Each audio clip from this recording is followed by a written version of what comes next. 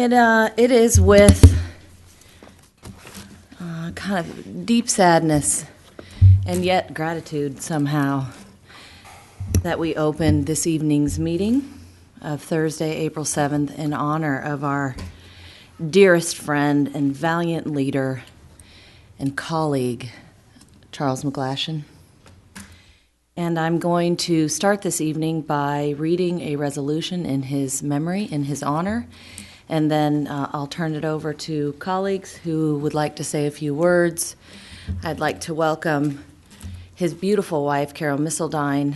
We want to thank you so much for coming, and if you would like to make some remarks, we would be so happy for that, and then anyone else who would like to pay tribute to Charles.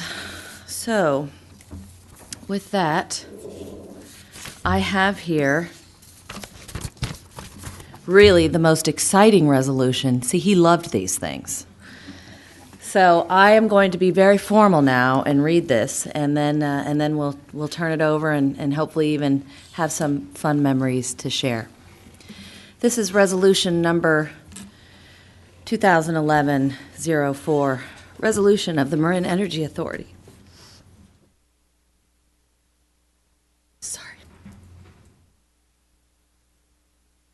Commemorating the life and legacy of Charles F. McGlashan. Whereas Charles McGlashan was born on July 15th, 1961 in Hillsborough, California, and spent his childhood in Santa Barbara in the Lake Tahoe area. And whereas Charles McGlashan developed an unyielding and passionate commitment as a visionary leader, advocate, and volunteer for environmental stewardship. Whereas Charles McGlashan graduated with honors from Yale University with a Bachelor of Arts in 1983, and whereas he received an MBA in Public Management, certificate with honors from Stanford University in 1991, and whereas Charles McGlashan moved to Marin County in 1991, and whereas he was appointed to the board of the Marin Economic Commission in 2001 and served on that board until 2005, and whereas Charles McGlashan was appointed to the board of the Marin Municipal Water District in 2003 and served on the board until 2005. This guy was busy, so forgive me, we're just going to keep plowing through here. And whereas, thank goodness, Charles McGlashan was elected to the Marin County Board of Supervisors in 2005, and whereas Charles McGlashan represented District 3 of Marin County, including Strawberry, Sausalito, Mill Valley, Belvedere, Marin City, the Floating Homes, Almonte, Tam Valley, and Tiburon. Whereas Charles McGlashan, as a public servant, environmental and business consultant, and a lifelong environmentalist, worked throughout his career to promote sustainability, energy efficiency, and renewable power. And whereas Charles McGlashan earned a reputation for adopting innovative solutions and working with all parties to ensure Marin County remains a spectacular place to live and work. And whereas Charles, in addition to his work on sustainability, focused on economic vitality, affordable housing and public housing, promoted water conservation, local non-car transportation systems, bicycle and pedestrian improvements, smart community design, zero waste, green building, environmental justice, public health, and habitat protection. He was very busy. Whereas Charles McGlashan successfully oversaw the creation of the Muirwood Shuttle, which has removed approximately 25,000 cars from Marin's roads. Whereas Charles McGlashan was a leading force behind the Sonoma-Marin area rail transit, our SMART Train project. And whereas Charles McGlashan championed an ordinance to ban the distribution of plastic shopping bags in Marin County, aided ably by his lovely wife, Carol. Whereas Charles McGlashan demonstrated tireless guidance for more than 8 years to bring greener power, stable rates, local control, and economic vitality to pioneer community choice aggregation in Marin and, in fact, the state of California. Whereas the Marin Energy Authority is a joint powers authority established on December 19, 2008, and organized under the laws of the state of California. Whereas Charles McGlashan was appointed chair of the MEA on February 5th, 2009. And whereas, in January of 2011, Charles was recognized by top peers in the energy industry for his broad vision and effective leadership in creating California's first CCA program, charting a bold new course in the state's energy marketplace, and fulfilling the Marin Energy Authority's promise to provide cleaner, renewable energy at competitive rates. And whereas the Marin Energy Authority and Marin Clean Energy would not exist today without the passionate dedication, direction, leadership, and governance provided by Charles McGlashan. And whereas Charles McGlashan consistently demonstrated a zest for life, good humor, and a sense of camaraderie, even while facing perilous threats and fierce opposition, he demonstrated equanimity, a word he seriously loved, in the face of criticism, and had a keen business sense which he brought to every facet of his work. Whereas Charles McGlashan leaves a legacy of environmental leadership that was loving, inspired, and pragmatic. Now, therefore, it be resolved that the Marin Energy Authority commemorates the life of Charles F. McGlashan, recognizes and echoes the commitment of Charles McGlashan to environmental protection and sustainable living, and encourages the people of Marin to recommit to fulfilling the vision of Charles McGlashan. Passed and adopted at our meeting this 7th day of April 2011. And if I may call a roll call vote, we'll just start at the to my right. The City of Belvedere? Yes. City of Sausalito? Yes. Town of Tiburon? Yes. City of Mill Valley? Yes. City of San Rafael? Yes. City of San Anselmo? Yes. Town of Fairfax? And so with that, this resolution carries unanimously in memory of Charles. I think that rather than try and say anything more at this moment, I would like to turn it over to others on the board who wish to provide some memories and some heartfelt thanks to our fallen comrade. And so maybe I'll just start with you, Damon, and then we'll go from there. And then I'd ask Carol if you'd like to come up. Please feel free to do so if you wish. Thank you, Sean. Well, I'm not sure I'm going to have any more success than you. But what I really wanted to do is start by saying how much I enjoyed working with Charles. I'm really going to miss that, and I'm really going to miss him. We've all been through a lot together, getting this agency up and running, and our challenges at this point have almost been legendary. But in doing so, we all had an opportunity to become close colleagues and friends with Charles, and I think we had a lot of fun along the way, as well as meeting the challenges. 3 weeks ago, for example, and we all know Charles had his intense side, as I've also been accused of having, but 3 weeks ago we actually both were invited by Green Sangha to participate in a session called Meditation for Leaders. And it was just a great opportunity for a couple hours to relax, contemplate, and I actually happened to be partnered up with Charles for that, and it was just very enjoyable to do that with him as well. Looking at our group,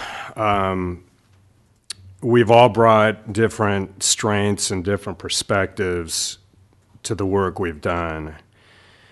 But Charles really provided the vision and leadership for MEA, and we would not even be here today had it not been for that leadership of Charles. Charles was the kind of person who you want in public service because he was willing to stick his neck out and stand up for a principle and fight to see it through. I think that's something we all appreciated about him and has set the tone for this whole agency and its work. I know I personally find strength in Charles' example and commitment, and I'm confident with the staff we have, the board, the advocates we have, and with Charles's vision at our back, we will succeed. Who would like to go next? I'll do that.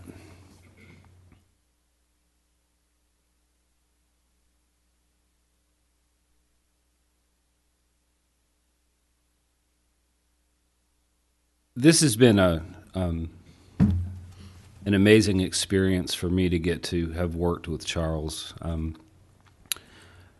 making this agency a reality.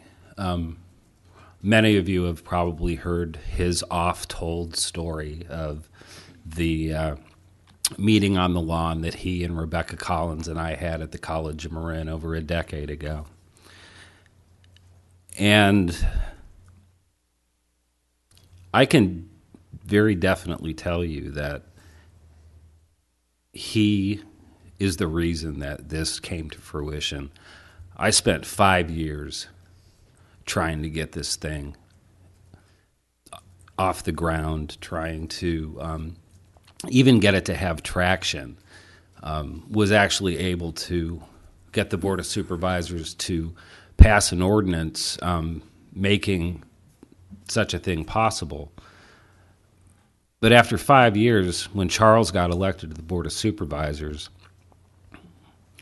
he was amazing. He grabbed this thing by the scruff of the neck and just dragged it into reality, literally dragged it into reality. And I just sat back and marveled at his ability to bring people along, to convince people of the right thing to do. It was really something to watch, and to have dreamt that dream with him and then watched him bring it to fruition, and then have him come to me and say, I want you to be on the executive committee of this, was really an honor. I had practically given up on the notion before Charles took over the effort. And I am so thankful that he came to the Board of Supervisors, that I had an opportunity to work with him.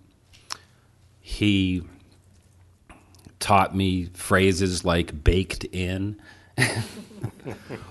which I'd never heard before I met Charles.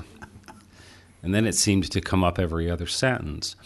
I learned a lot from Charles about leadership, and I know that he will always be with us, and that as long as this organization thrives and delivers on its promise, that Charles will be forever alive in Marin County. Very nice. Anyone down to my right wish to go? Sure I would. Charles and I actually grew up in the same hood. I left there at a young age. I was born in Santa Barbara, and Charles moved there and grew up in Santa Barbara. So we had mutual roots. I met him 3 years ago when I came on the town council in Tiburon, and was appointed to a thing called Marin Energy Authority. And my background is looking at documents and reading papers and things of that sort. And then I saw the business plan, and then I saw implementation plan, and then I met Charles, and Charles came to speak to us, and he sold it. He really sold this agency, and he sold me.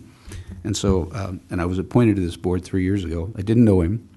I think I know him fairly well now. I hope I do. As Lou said, he would not let this agency fail. He carried it well. And a couple of things I wrote down because I did want to say this tonight. Once in a while, someone comes along with the capacity to inspire others to act. We call that person the leader. And as others have said, Charles was a leader. He led by example, led with panache, a keen mind, ingenuity, and most always with a big smile. A fairly well-known writer by the name of Ralph Waldo Emerson wrote, "Do not follow where the path may lead. Go instead where there is no path and leave a trail."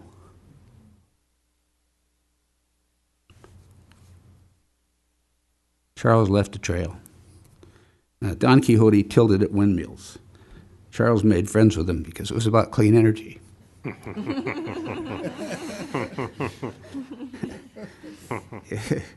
It was an honor just to walk with him down that trail, as many of us had in this room. It was also karmic that energy is what this agency is about, and that's what Charles had so much of, clean energy. And finally, there's really no proper way to gild this lily.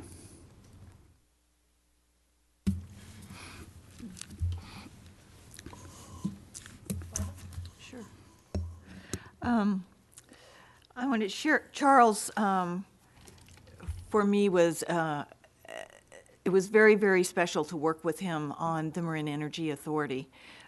Since I was a small child, being kind to the environment and taking care of it was something that I've put a lot of my life towards. And so when I had the opportunity to participate with Charles on the Marin Energy Authority, it was a dream come true to be able to be a part of something that I felt could really make a difference, and Charles knew could really make a difference. His vision through this was so uplifting and so steady. You know, there were so many times that we ran into issues and, you know, we'd talk about it and sometimes we'd go away and we'd come back again and Charles would have some new ideas. His wisdom on how to handle situations was just, I don't know, just outstanding, you know, and something that I would love to have learned from him. I think I learned some. And, you know, I also worked with him on the plastic bag ban. And that, too, he did similar types things when we first started out. There were many different groups with different ideas. And, you know, he was able to orchestrate through the thing with all the different groups and bring them together to a common vision and get the support of some of the people at the beginning that were against it. You know, he just knew how to work things through his leadership. And I think one of the things that I saw the most was his heart and how he treated everybody on any of the commissions, in the public, people he worked with. His heart was always in it, and the smile that he had and the twinkle in his eyes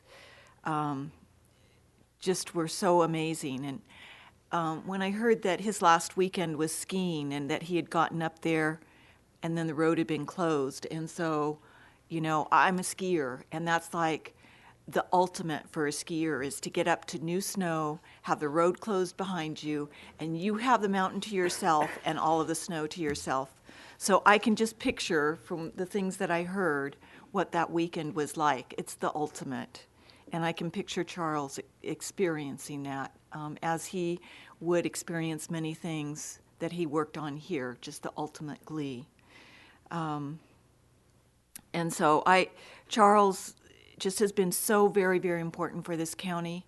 He's been important for me to show how leadership can be done, how it can be done with heart, how it can be done by bringing together a lot of dissimilar people and ideas towards a common goal that everyone can be proud of and have a huge impact with. And I hope to take that forward from what I have learned with Charles.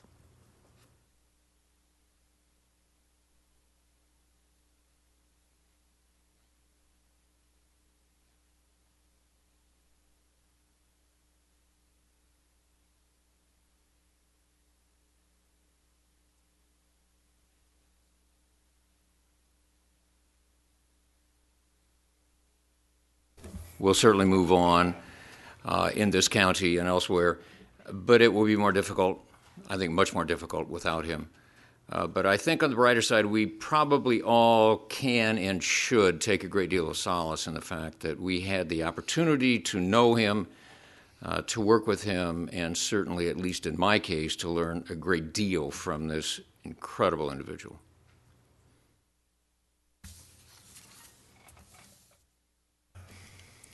All right. Leslie, I'll promise I'll try to hold it together better this time than at the last Sausalito City Council meeting. So I've known Charles McGlashan since I was 18, and he was the captain of the lightweight crew team, and he was a senior and I was a freshman. God, I'm failing already. So, but anyway, he was a character then, a person that people rallied around. And I was so impressed with him that I gave him my captain's jersey from my high school crew team when he graduated. And I lost track of Charles after that, thank God. For 20 years, I got a reprieve from him, but actually, I'm just teasing. We went our separate ways through life, and it was an accident. I didn't really know that he was living in Marin until he surfaced in public life, and we sort of rebonded on the campaign trail in 2004 in Southern Marin, taking our shots at the usual endorsement dog and pony shows and taking our shots from the other candidates. And it was nice to have him back in my life, I have to say, in a variety of ways. And it was in 2006 that when I got on the Sausalito City Council, Charles asked me to get involved with this organization. The first few hearings that were on the public side at the Civic Center. And I said it would be my pleasure to help you do what I can. And it's a real testament and a core to his values, in my opinion, of how we achieve this. And I think a lot of the credit, most of the credit, goes to him, not to belittle any of the other efforts that folks have made along the way. So, as I said the other night, I don't have the pleasure of socializing a lot with Charles. I don't really have much of a social life with two little kids, a job, and all this nonsense. So I wish I had had an opportunity to do more of the fun stuff, but with him. But of late, but it was a pleasure working with him. I was honored to know him. And actually, I can't imagine a better person representing Southern Marin. So, Madam Chair, Thank you. Yes. could I add something? Yes, please, and then I'm going Okay. to say a few words. Okay. I just also, Ford Green has been sitting in on this board for me the last 2 or 3 months, and for San Anselmo. And I talked to him today, and he wanted me to share something, and I also wanted to share something. When the first meeting that he sat in for me, I got an email from him afterwards, and he said, "I want to thank you very much for letting me sit in your place on this board." He says, "Charles McGlashan is an amazing person, an amazing leader, and a role model that I want to learn from." And today Ford wanted me to share tonight that he recognized Charles as a super high caliber person, an outstanding leader. And just in the short period of time that he was able to work with Charles, he said that he will miss working with him, and that it will be a real loss for Marin and for the earth without Charles. But with his example, we can all move forward. Agreed. So I think I've pulled it together enough to just give a couple of minutes of remarks. I was trying to think back to the first time I ever heard the hideous term, community choice aggregation. And it would have been over a cup of tea, Carol, sitting with you at the Depot Plaza as I was getting ready to run for city council. and wanting to just learn what was going on and doing the networking meetings. And at the time, you were, I believe, working for the city of Oakland and championing CCA in the East Bay. And I want to say that I believe it's been said a lot these last 2 weeks, but it bears repeating that your leadership and the values that you were living and that Charles mirrored in many ways provided a guiding light for him, too, right up to the end. You know, he was getting ready to go off the deep end on vegan resolutions and animal, you know, God love him, God love you, but you were always leading the way to the next thing. And so I want to recognize that and recognize that you introduced me to this term CCA. And then a couple of years later, after Charles and I, you know, and all of us were working together as colleagues in our elected capacities, Charles and I had breakfast, and I want to say it was somewhere around 2007 maybe, as the early task forces were getting going. And he sat me down and basically brought me through the entire PowerPoint that we all know and love now, about why this was necessary and all the different layers and why Mill Valley needed to step up and be a leader. And, you know, it's mind-boggling when you first hear about this concept. And all of us, at one time or another, had a choice to step forward and step into this amazing opportunity that was brought to us by an amazing man who understood 10 layers deep the complexities of what we were about and how it was so urgently necessary that we step into the place and go for it. And I never looked back after that. And none of us have looked back after that. There have been some scary moments, right? Don't blink unless you have to. And 5 ways to fail, and then it was 6 ways to fail, and my God, if it weren't 10, and then we were crossing them off the list. And Dawn and John and Kirby and everybody working the midnight oil and Charles, and it was such a bonding, amazing experience to step into the innovation, to step into the need, to collectively tackle this issue. And it remains a true honor. It is not nearly as much fun without our friend right here. It is not nearly as interesting. But we're going to do our goddamn best to maybe even make it funny sometimes, and to remember him, and to even look up and say, now what would you do right now? MEA was Charles's crowning achievement, and he wanted, and we are, carrying on beautifully. This puppy was launched. We have moved into the business phase. It is no longer a concept. It is no longer a debate. We are up and running, and we have a fantastic leadership team to carry this ball forward. And today, my colleague Megan Matson and I traveled down to Monterey at O Dark 100 this morning and gave the pitch of our lives to some county board of supervisors, to other elected officials, to sustainability staff, to the energy committee.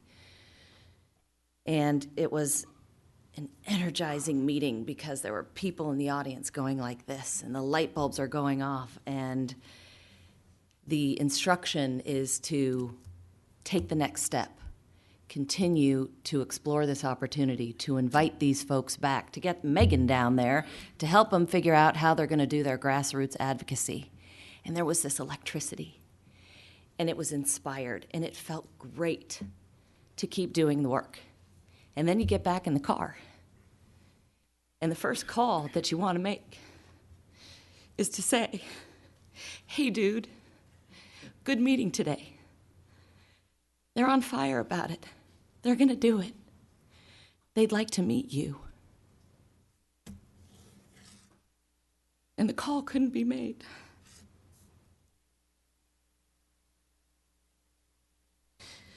And so we recognize his absence. And you see the verdant green hills driving home. And you laugh and say, now why the heck did he ever bring that up? You know, and what would he have just loved about that goofy guy sitting in the corner or whatever it was? And I think what will allow us to keep going is the knowledge that we are on the right path. It is a new path that we're paving.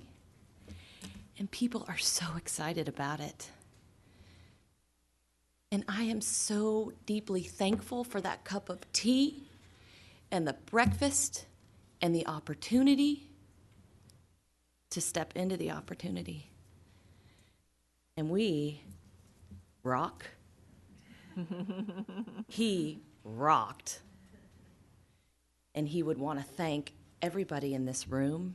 He would want to thank us. He would thank you guys all day long. And then he would say, okay, dust off your sleeves, get back up. We got some work to do, and we're going to do it. So I've said before, and I'll say again, vaya con Dios, mi amigo. Travel safely to your new home. You will be missed, but never forgotten.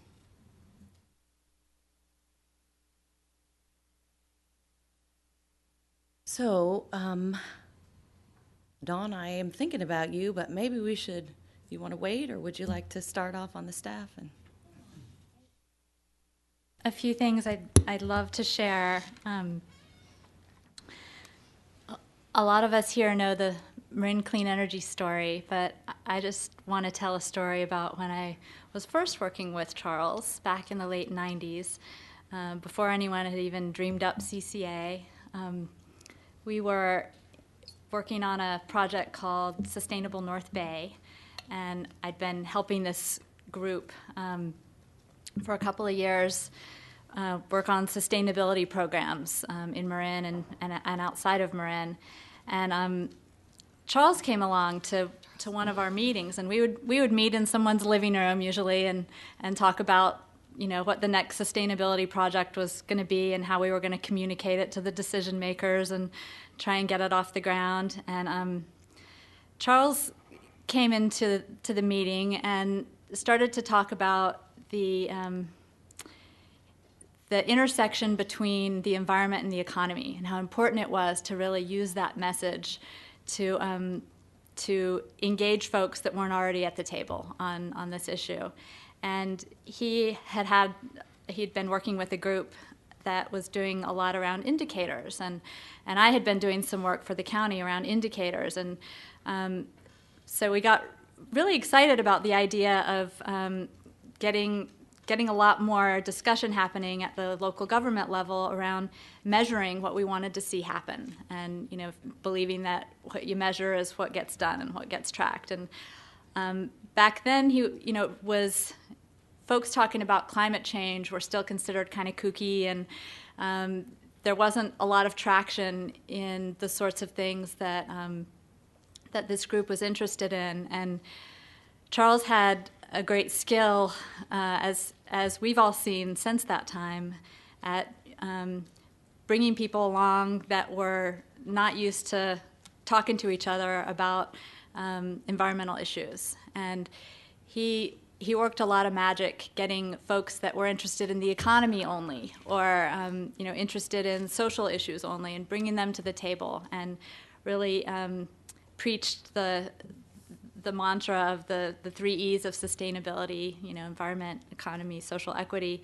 And to this day, and even, as I was listening to the Board of Supervisors meeting last week, the folks that got up and spoke about what Charles had accomplished represented all 3 E's. And we didn't get to see that here at Marin Clean Energy all the time, but his work on social equity was tremendous and hugely valued in the community.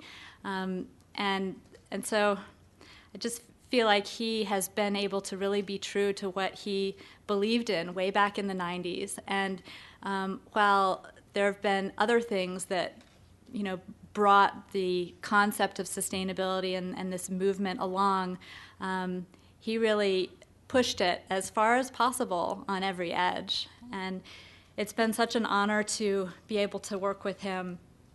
I think the hardest thing for me in all this is that he wasn't done yet. I felt like he felt like, I think, that there was a lot more that he was planning to do.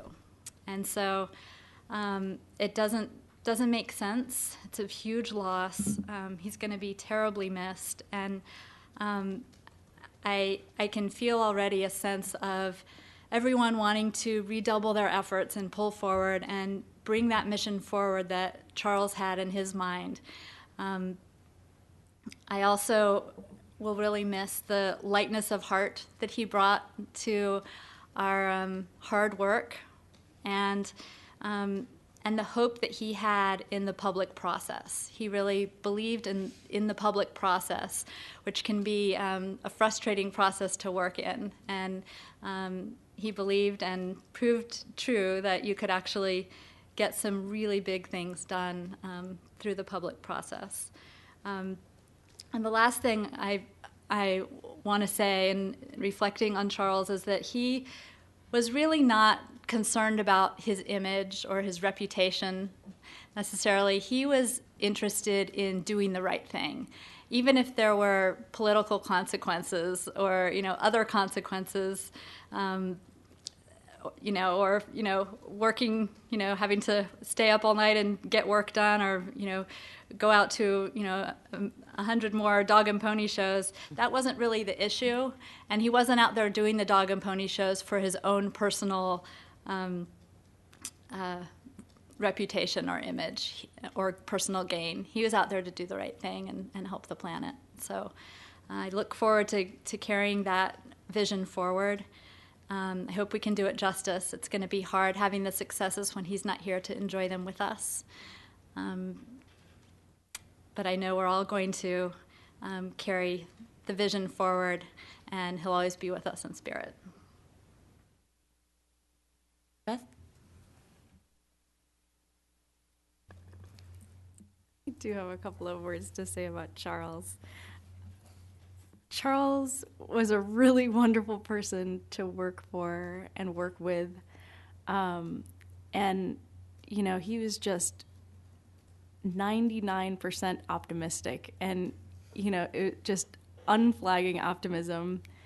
And, and in our staff, he really had, just the utmost faith and utmost confidence, and really demonstrated just an incredible, respect for us. And, we all, have the greatest respect for him as well. But, for the folks who maybe don't know me as well, I'm our team warrior, and I think about all the what ifs and things that could go wrong and iterations and permutations. And so meeting with Charles was often really funny because he was so optimistic. And I was like, Charles, before you leap, here's the budget, these are the things that could, these are things that could go wrong. And, and lots of things could have gone wrong. And, look before you leap. And he was more of the dive head first kind of type.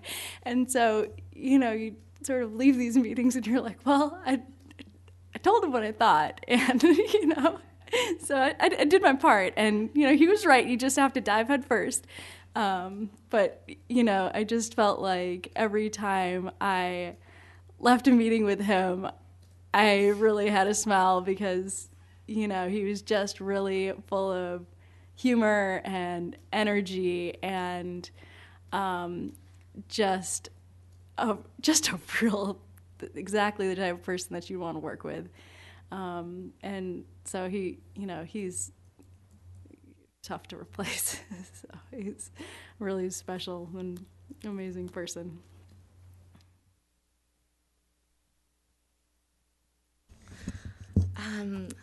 So I feel really fortunate to have worked with Charles, and I really enjoyed working with him. He was such a joy to be around, and I learned so much from him. He was really a leader, and I felt like he led me. He motivated me. He was so encouraging to me and my development here in this organization.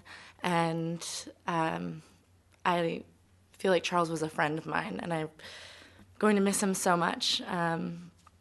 And I remember 3 years ago when I first started working on this CCA project, I remember following Charles around to different presentations and, setting up his laptop and projector and sitting in awe in the audience of the way he would speak to people and invoke emotions. And he just had this amazing presence that I know I'm really going to miss. And there are so many words that can describe him. And one of the things that I think about this agency that makes us really unique is how small we are. And I've said it before at our gatherings that I really feel like we're more of like a family. And I know that we've lost someone in the family of Marin Energy Authority, and he's irreplaceable, and I'm always going to miss him, and I'll always remember him.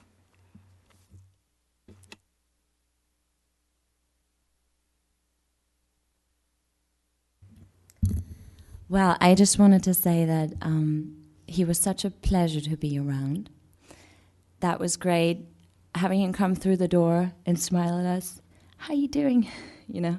That was great, and I wanted to say that he really cared about the residents that would send us the messages, that would give us calls and stuff. And he really cared. Like, I remember we had one meeting where we had small little glass bottles of water that were called designer waters by some constituents. And he really took that to heart, and he told me, glass pitchers, that's what it's going to be from now on. And so I just wanted to share that. So we'll miss him. He was really great. Thank you so much. I'm going to turn over to this side of the table and see if John and Kirby would like to say a few words. Yeah, I met Charles for the first time, I think it was 2004, when he was newly elected at the county. And, I really feel that I'm blessed, actually, for the short time that I knew Charles. And what I think of is his spirit. That spirit was unique, and spirit and inspiration, and that's what he is. And I just look at that picture, and I just see that spirit, and that's what I'm going to carry forward with me. It really was a short time. 8 years. It's a flash, but that's something that I'm always going to carry with me, and I feel blessed to have had the experience of working with him.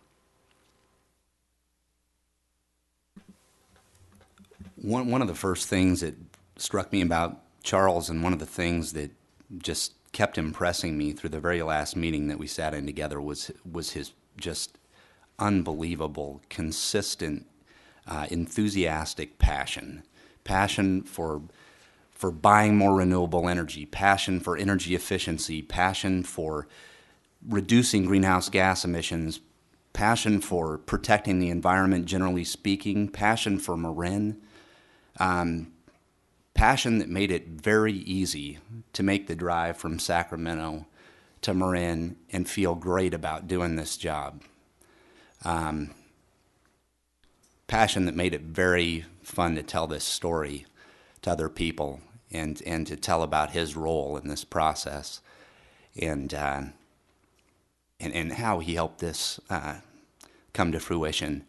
And I like John, I feel very blessed to have known Charles, and I just feel so fortunate to be sitting here now and be a part of this great agency that he led for so long. So, yeah. Thank you very much, everyone. So I'll turn now to members of the audience, and I'll start with you, Carol, if you'd like to speak, or would you prefer to wait? You come on up.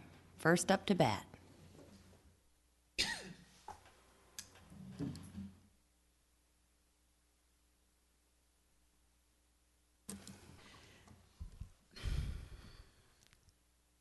This is my first time. Is this on? Does it need to be on?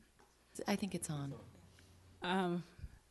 First time speaking in public about this, and I'm honored that it's in front of you. MEA really was Charles's crowning achievement, as you said, Sean, and he knew that all of you were doing it with him, and you had his back, and he knew that, and he relied on it. Remember that weekend before the February 2nd vote at the Board of Supervisors about the loan, about guaranteeing the loan?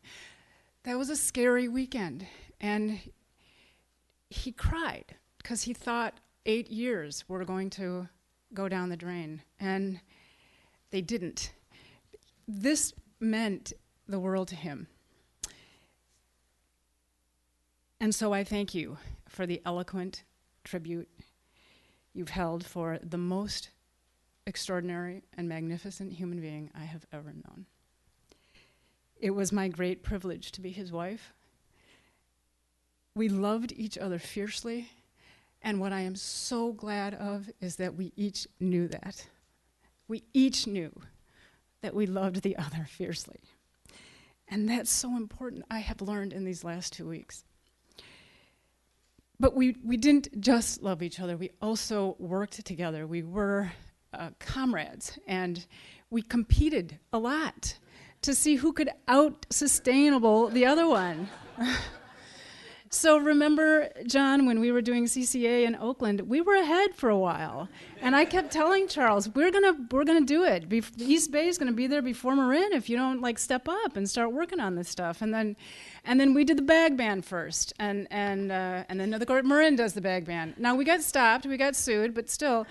And then Mill Valley did the polystyrene ban first, right? And then Marin followed. So we pushed each other and we helped each other. The collective grief that has been going on in this county has been extraordinary. It's been an extraordinary experience, and the outpouring of love and support and concern for me, while everyone else is grieving their own loss of their friend and their colleague, the concern for me has been so overwhelming. And here's the miracle, it works. I have been held by a net of love and support in this community, and I'm so profoundly and humbly grateful for it, because I am different in Charles. I am not social like he is. You know that. I'm much more internal. But it doesn't matter. Somehow the gift of love is here, and it's supporting me. And I want to tell you why that's so important. My sense, and of course we don't know, and we will never know, but my sense is that Charles is really taking advantage of this new journey he's on. I mean, he's doing it as he did everything else. Whoa, awesome, right? I have that sense that he's holding this too, that he wouldn't have chosen it. I don't think he would chose it, but he's grasping it. But the thing that disturbs him, the thing that would disturb him or hold him back, is worry for me. And worry for us, that we're not going to be okay, that somehow we're not going to be okay. And so it has occurred to me that it is our responsibility to tend to each other as we have been, and hold on to each other and support each other, so that Charles' journey is the safest and most peaceful it can be, which is my number one overarching, consuming passion of the day. And so I just want to end with a quote that I have just learned. I don't know how I missed this one, but it's by Raymond Carver. And it's two people talking, two beings talking. And the first says, Did you get from this life what you wanted, even so? And the second one says, I did. And the first says, and what did you want? To be beloved. To be beloved on this earth. And Charles was beloved. Thank you. Thank you. That was lovely. Thank you, Carol. Others that would like to step up. We will not have a time limit this evening, so feel free to come on up.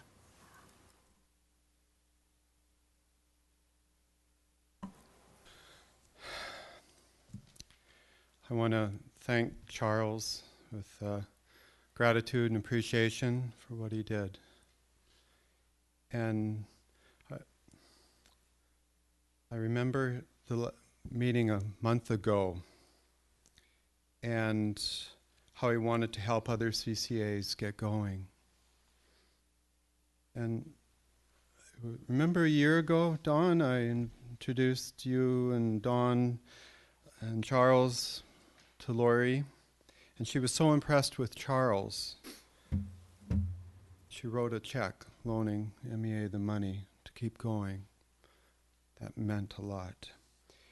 And then, it was in the 11th hour to keep it going. And then Prop 16 and 23 and PG&E shenanigans. Lori's father fought PG&E for many, many years before his death. So this really meant a lot to Lori. And with Charles, great, his fearless leadership, we won. For the environment. That's why I come here. And being totally supportive is for the future of our planet and his doing the right thing. And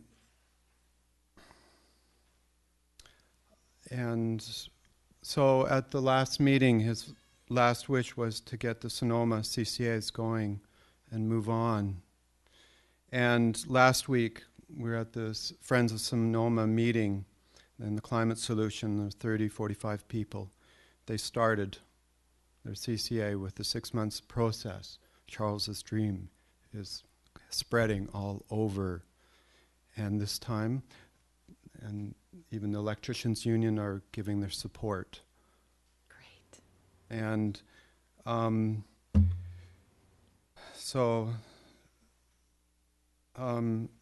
in the spirit world, Charles's energy is still here now. And if we can just breathe that in and make his dream real. And a funny thing, right at the time of his passing, the electricity went off to a large part of Marin, and PG&E had no answer why it happened. And so let's do his dream and move on and make it work. So we got a lot of work to do, a lot of counties wanting to go CCAs. And I heard him say that the books were open to get him going. And then let's do it. I'm supporting you. And Lori's ready with his checkbook to get Sonoma CCA going. Let's do it. Great. Thank you, Sam. Woody from Sonoma. That's right. Woody Hastings from Sonoma County. And I'm working on advancing renewable energy in Sonoma County. And I want to sort of just add a little bit to what Sam just said in that, yes, the Friends of Sonoma Clean Power met last week, but we had Charles up to Sonoma County in February, and he gave his fantastic, inspiring presentation. And I think it's no accident that it was the following month in March that the county launched its 6-month feasibility study, $150,000 feasibility study. So this is about the reverberations. You know, there were shockwaves about his death, but the shockwaves of his life are continuing on, and it's happening in Sonoma County. I consider Charles an extraordinary role model for myself. I had been looking forward to meeting him, bugging him probably too much, and picking his brain and learning from him, and just being there when he was giving other presentations. And I'm not going to have that now, but the presentation he gave in Sonoma is up there on YouTube. It's on there, and I watch it. I've watched it several times now, and I share it with people, and it is very inspiring. So anyway, I just wanted to acknowledge him here today and thank him publicly for being the role model he is. And I pledge to work as hard as I can to honor his memory and succeed in Sonoma County with our community choice aggregation program there. Thank you. Thank you, Woody.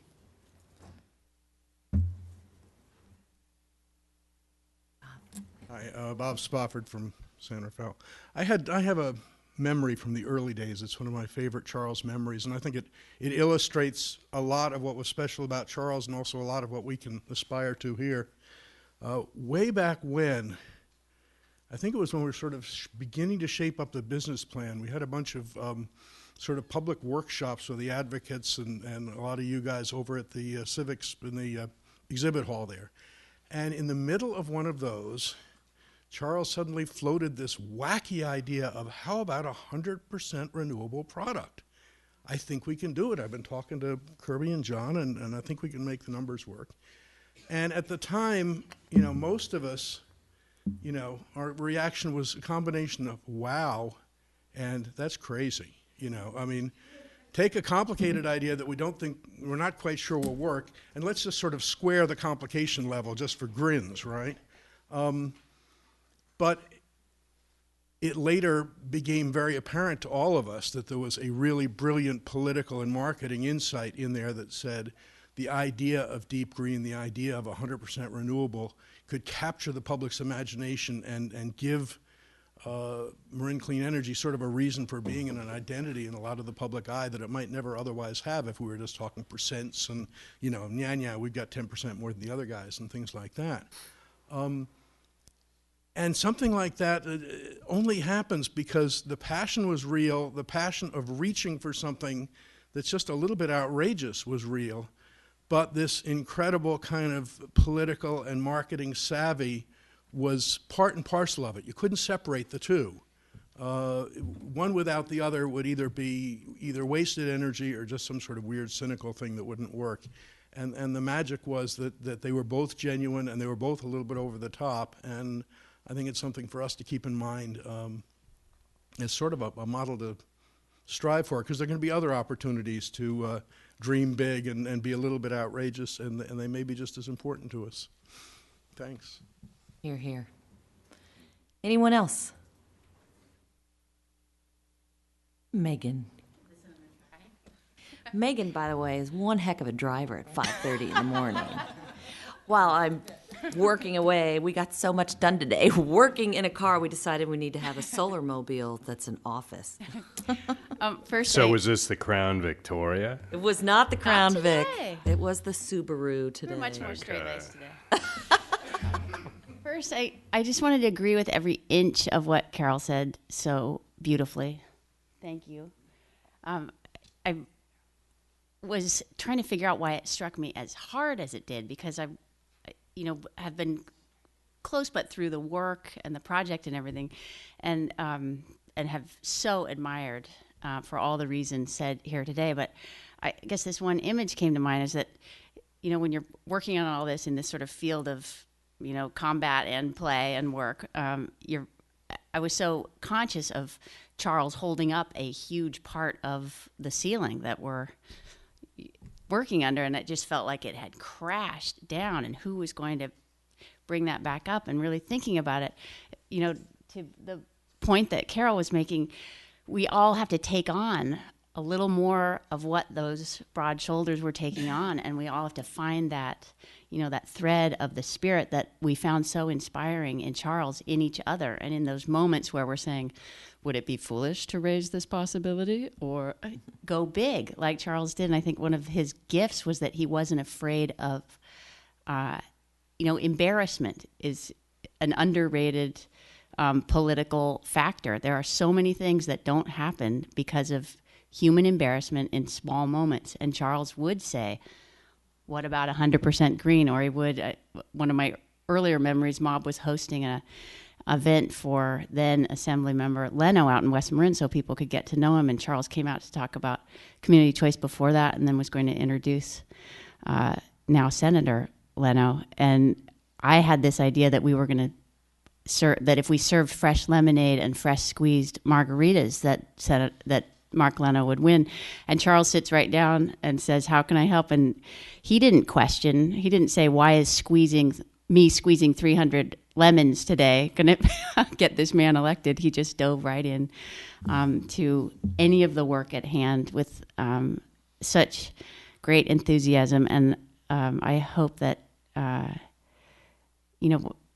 all of us can find those aspects of ourselves to become, in every small way, leaders for each other going forward. And I know that all of the work that you do, it's in that spirit of Charles where he just kept going, and he had things, all of us hanging off of him as he just kept going. And I love everyone here for the way that you have done that as well, and will continue going forward. So thank you. Thanks, Meg.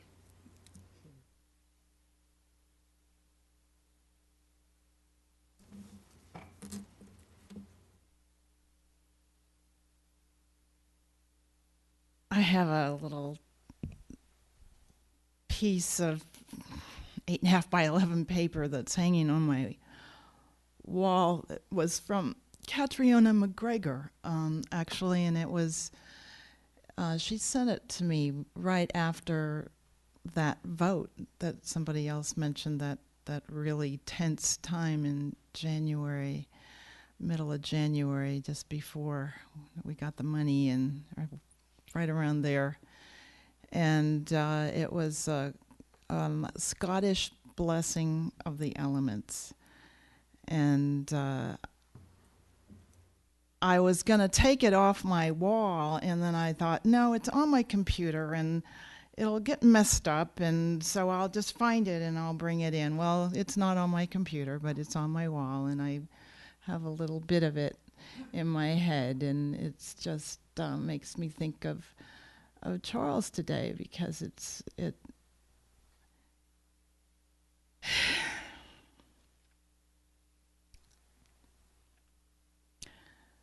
this is what I remember of it. It's a Scottish blessing of the elements. Deep peace of the green earth to you. Deep peace of the flowing river to you. And deep peace of all the other things that I cannot remember to you. And I want to just honor this incredible man that I've been blessed to be part of this amazing opportunity and amazing quest and amazing struggle.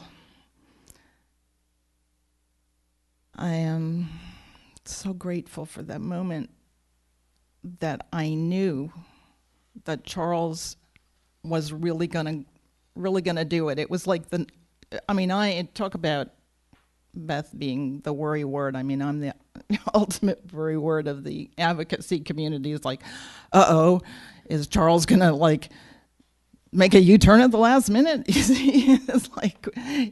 he really gonna go for this? He's like so over the top sometime. I mean, is he really gonna get there? And it's like every time he stepped up, and I mean, he kept pushing. And when I look back at it and I see how much he was dedicated, and he, you know, he was like never giving up, but he wanted to make sure, you know, he had his bases covered. It was the night before the vote on Prop 16, and he told me that we were just having a conversation. It was actually one of the few relaxed conversations I ever had. I'm so jealous of all of you that actually knew him in a casual way, because in the advocacy community it was much more difficult to actually interact. And he was just chatting with me, and somehow it came out that he was telling me about his father was a military man and was very conservative. And then he said, and his mother was to the right of his father. And all of a sudden I realized, wow, here's this guy who's incredibly progressive, who has to deal with this sort of thing going on in his memory. He's got to make it okay, with that, side of the world, as well as the side of the world that's like me and the other advocates that are ready to, like, we want to change the world. I mean, no doubt about it. And he's actually gonna do that with us.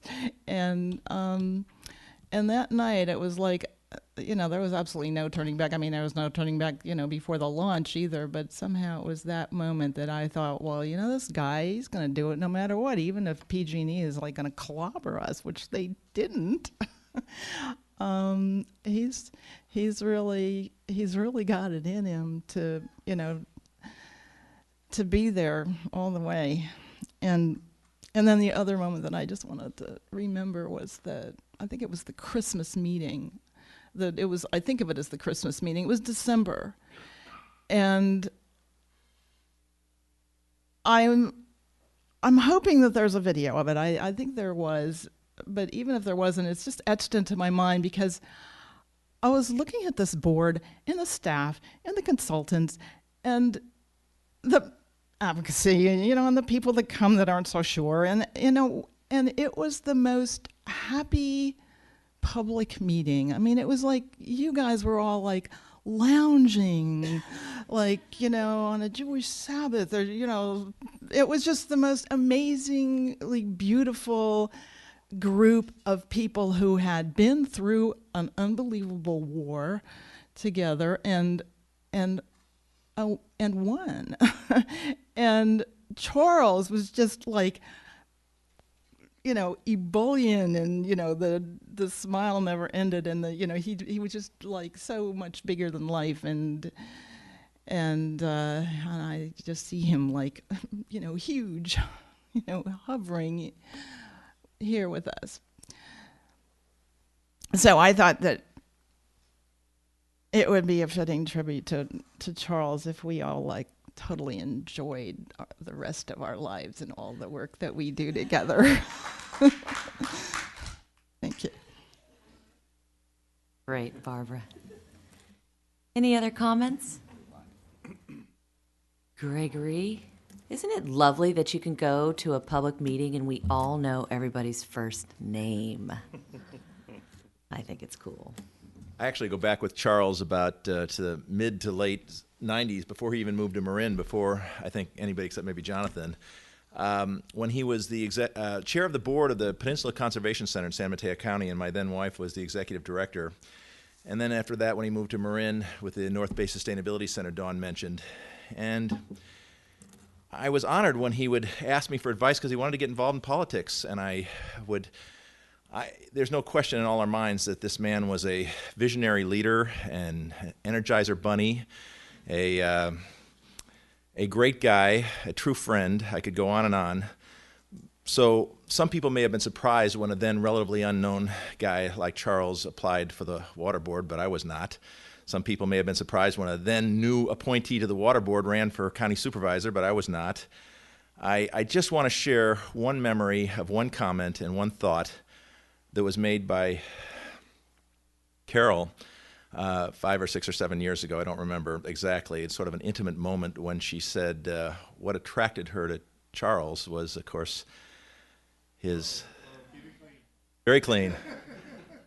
The 1,000-watt smile that we all know so well, and I couldn't help but think when we all were so shocked a week and a half ago to learn of his sudden and untimely death that we now realize that 1,000-watt smile was powered by renewable energy. And that renewable energy, I think, the source of it was, I think, largely Carol. Thank you, Carol. Thank you so much. Anybody else? Okay, so what I would love to do before we move on is stand and give our friend Charles McGlashan a standing ovation for his work.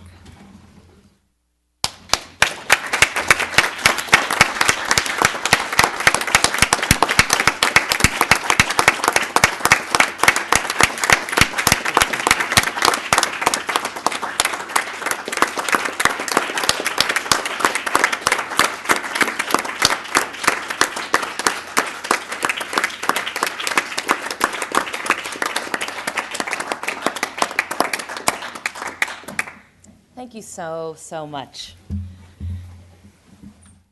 I know he enjoyed that. And Carol, oh, you mean you don't want to stay for the rest of the meeting?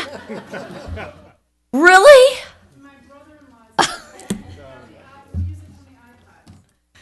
There you go. Have a nice evening. Thank you so much for coming. We really appreciate it. Okay, so with that, we will move on to item number 2 on the agenda, which is board announcements. And I'll just start by saying that agenda item 6 this evening, which was the appointment of a new chair and possibly vice chair, we decided to defer to the May meeting out of respect for our colleague and ongoing discussions. So that will carry over to the May meeting. Are there any other board announcements? I'll just say one. I'd say on a very future forward-looking, how nice it is to have Barbara back, and how much I love that haircut, by the way. Agreed. It's very good. It's very nice to see you here. Yes, it is. Indeed. Okay. So if there are no other board announcements, gosh, I guess we're going to move to public open time. If anybody has anything to say that's not on the agenda, please come forward. Yes, indeed. That would be great. If anyone has anything to add that's not on tonight's agenda, feel free to come on up.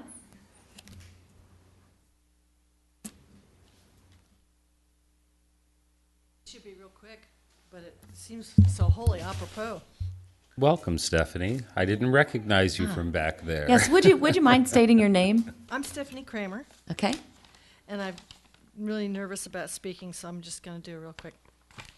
I'm one of a group of volunteers from the Ross Valley who are working on energy conservation measures for our respective communities toward an ultimate goal of energy independence. And I'll apologize to Barbara because she's been dragged through this already.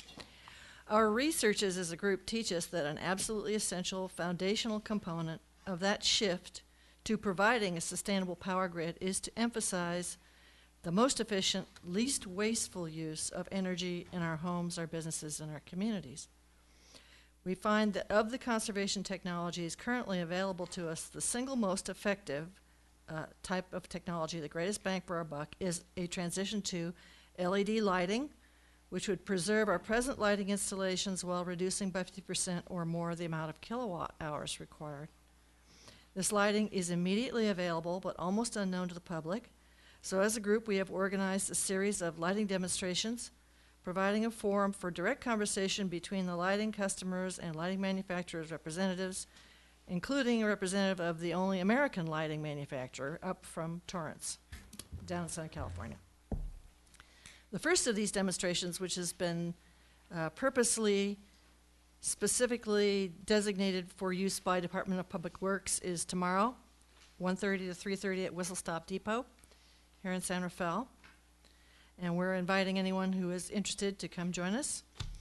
The Marin Energy Authority is a young agency, just beginning to understand its function, its responsibilities, and its opportunities. The agency is itself a hybrid, not quite a power utility, but much more than a power vendor. We encourage MEA to follow the example of our water districts who, for decades, have provided leadership through conservation education. By sharing information about water-saving methods and devices, they enable their customers to use the precious resource of water more wisely. We, the volunteers, as a community, feel that we should foster this wisest use ethic in the use of power as well. A step in this direction would be for MEA to join us in acquainting themselves with the promising technology of LED lighting. Thank you very much. And can you, what time again at Whistle Stop? 3:30 tomorrow at Whistle Stop Depot. Okay, thank you very much. Thank you. All right, would you pass that on to staff? That'd be great. Sam? Hi. April 29th is the New Living Expo in San Francisco. Lori's sponsoring it. We will have a large display booth there, and we'd like to Sunrise Center and Marine Clean Energy, and for the purpose of 10 to 14,000 people will be coming through there, and we got the front door, and which we'd like to show San Francisco what a CCA is, what they can do. And if we can have some stuff, banners, pamphlets and whatever, or if any of you are free on the 29th, it's a 3-day thing, and they have speakers and stuff like that, because San Francisco is trying to get their CCA going, and they got some politics, and you know, I was talking to Gavin Newsom Saturday night about CCAs and Charles, and although there's a lot of corporate stuff going on there, and San Francisco needs some support to get it going because of their politics. And then in Sonoma, with theirs, hoping to work more together to get that going. I know there's some things that are on the agenda. And now, David and Goliath. Not only did we beat him, but we shook him up really big time in many ways. If you see the latest stories here, 2 leaders will leave PG&E. The CEO had to cut his bonus out. Oh, poor Darby, huh? Lost his bonus. Wow, we did it. We not only beat him, and I want to keep up the good work. And part of the whole thing is to David Goliath to expose to San Francisco what the corporations are doing, because it goes to a higher level of what this all means of the community choice is the corporations in America controlling everything about us, and here we are from grassroots fighting. We'll take it to the top and amending the Constitution. Thank you so much. Okay. Any other for public open time? All right. We will now move on to our report from our EXO. So I want to start off by, on a happy note, letting folks know that we have received some new furniture in our office, and big kudos are owed to Jordice for coordinating this effort to get some brand new, really, really nice furniture into our suite.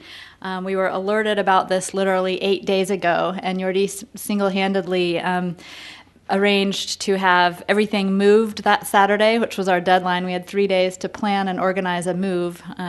Got all the furniture moved in, got all the old furniture moved out, and for a set of furniture that was probably worth north of $7,000, $10,000, we paid a grand total of $660.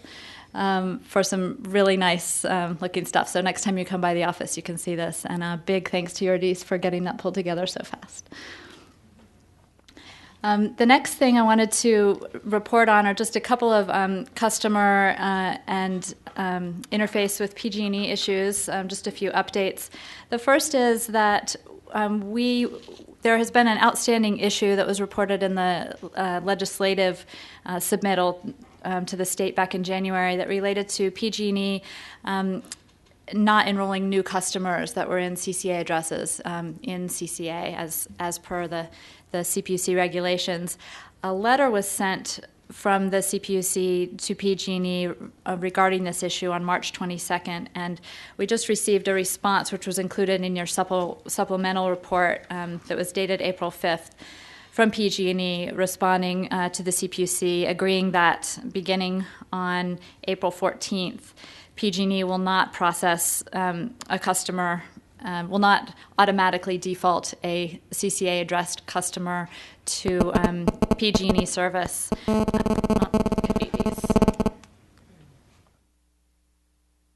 Until the customer has had an opportunity to receive and review our terms and conditions of service, and will be need to provide their wish to opt out directly to MEA as per the CPUC regulations. So that's a good news. I think it will provide a choice to those customers rather than having them being automatically enrolled with PG&E, and we also were able to get the data that we needed on these customers so that we can enroll them. And we're in the process now of preparing to do an enrollment within the next 2 weeks. We've noticed these customers; it's just over 300, and so they're aware that they'll be rolled in the next couple of weeks, and they can let us know if they're not interested in being part of MEA service. So little progress on that front.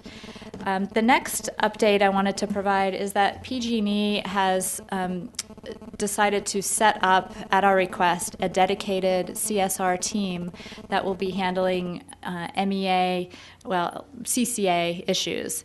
And we're really excited about this because this will provide an opportunity for those customer service representatives to become really well informed on what kinds of issues and questions come up from MEA customers and potentially other CCA customers. There have been some ongoing issues with the call center providing inaccurate information to customers, and often it results in customers making decisions based on inaccurate information. So we're hopeful that this will help address that issue for the most part, and this call center team will be up and running in the middle of April, so within a couple of weeks now. So we'll be monitoring that. We've provided scripts and information to that call center team, and we plan to actually have a phone-based meeting where we can get to know them a little bit and have some exchange going. So that's exciting. The next item to report on is that the confidentiality issues that have been preventing, that PG&E has kind of identified as preventing the exchange of critical information that we're needing to serve customers, may be able to be addressed through a change to the non-disclosure agreement form that we sign with PG&E, and through some changes to their tariffs. And PG&E is proactively going to be running these proposed changes through the CPUC process using the advice letter process. So we have the opportunity now to respond to their proposed changes, and there's a good kind of meeting of the minds there on making those changes and getting them in place so that they'll resolve the issues that we've had around care data and other data that we're needing to get from customers, including the ability to do third-party viewing of customer bills so that when we get questions from customers, we can actually walk them through the bill. So that process is going to be continuing over the next month, and we'll have more to report at the next meeting. The last thing that's a little bit less positive, but we're hopeful that it can get resolved soon, is that it's been determined that PG&E should actually be covering the care discount for MEA customers on both sides of the bill, the generation side and the non-generation side of the bill, and that's actually not happening. And instead of that, MEA has been covering the care discount shortfall on behalf of customers who are care customers that are on our books. So we are working with PG&E and the CPUC to address that issue, and that will have an impact not only on our existing customer base, but as we roll out into the future. That care discount revenue is actually collected on the T&D side of the bill, so it makes sense for it to be covering the full discount for all customers.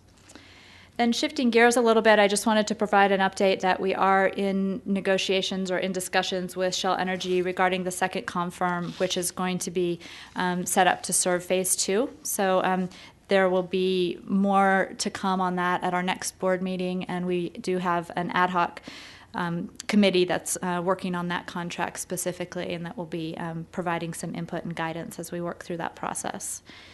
Then next, I just wanted to let folks know that we will be holding our next technical committee meeting the third Monday of April, which I believe is the 18th. And we expect to have a presentation there from Enernoc to talk about demand response.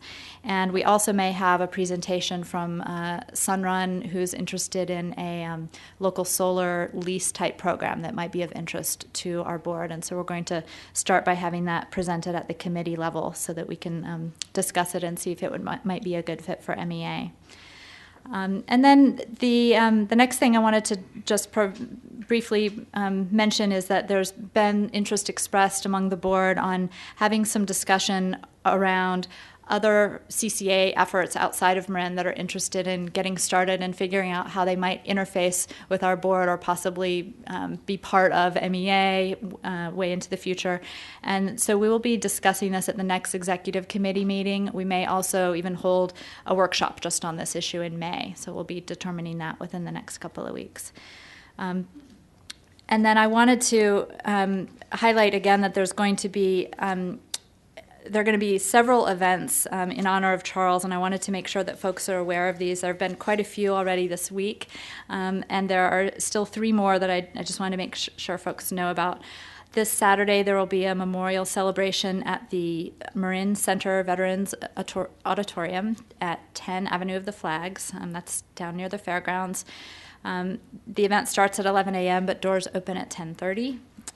And a large crowd is expected, so arrive early to find parking and that sort of thing, or ride your bikes. The next event will be held that afternoon at 4 p.m. There's a sunset hike starting from the Mill Valley Square and leading up to the Sun Trail for the sunset, and then back down into town. And then the last event that I have on my list here is on Earth Day, on the 22nd of April. There will be an event by the Marin County Bicycle Coalition.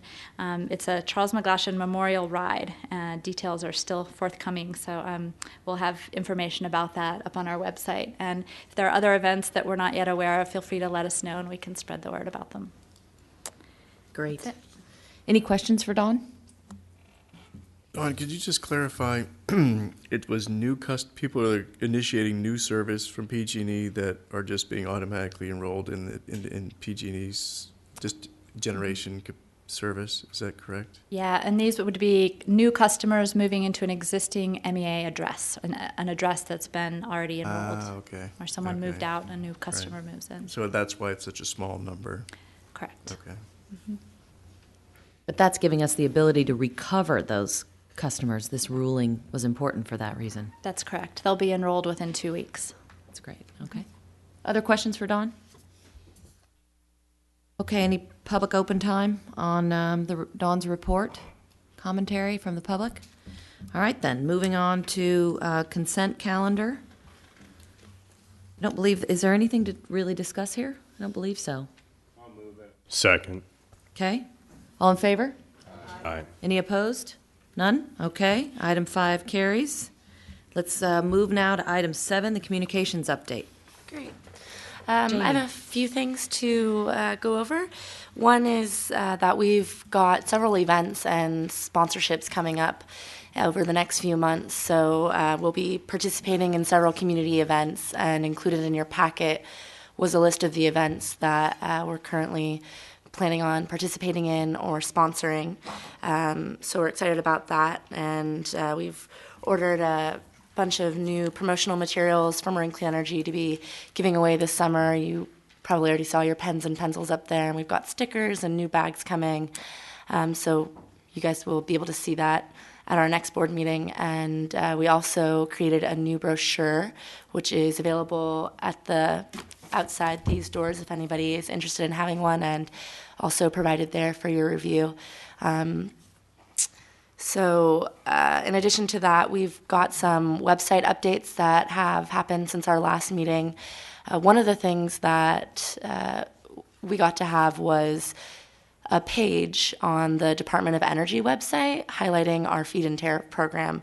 And since it went up, which was just a couple of months ago. We've had over 100 referrals from that website to our website. And as a result, we're getting all kinds of questions about our feed-in tariff, lots of phone calls and emails. So that's exciting and good news. And we've created a list of frequently asked questions that's also included in your packet and is up on our website as well for that. And then one other thing for the website is I mentioned at our last meeting that we had removed several documents from the key documents page, and I've actually put a good chunk of those back up on the website. There's a list and it says archive documents, so that if you're looking for something that was removed, you'll be able to find it there. It's just a little bit cleaner and easier to find. Also, we've had 2 press releases go out since our last board meeting. One went out this morning. You may have seen it already, and it was about our RPS, our Renewable Portfolio Standards compliance, and how well we've done with that. So something for us all to be very proud of. We also had a press release go out a couple of weeks ago identifying the 3 shortlisted respondents to our request for proposals. And that's my only update, and I'd actually like to invite Susan Bierzy-Chudek, who is here today from Green Ideals, to talk about our advertising campaign. Great. Welcome, Susan. Thank you so much. What I wanted to do is just spend a couple of minutes giving you a bit of an overview of the results of the ad campaign and a few ideas about some plans for the future. It's hard to quantify results for something like this. There's no immediate way to judge it unless you're doing, controlled surveys of everybody, which of course we're not doing. So what we're doing, I'll just show you a few of we did this 3-month campaign kind of in 2 pieces. And to make sure that you've seen all of the visuals, I just captured some of them here for you in case you missed them. The second half of the campaign had another trio of ads that were used online in the Marin IJ online.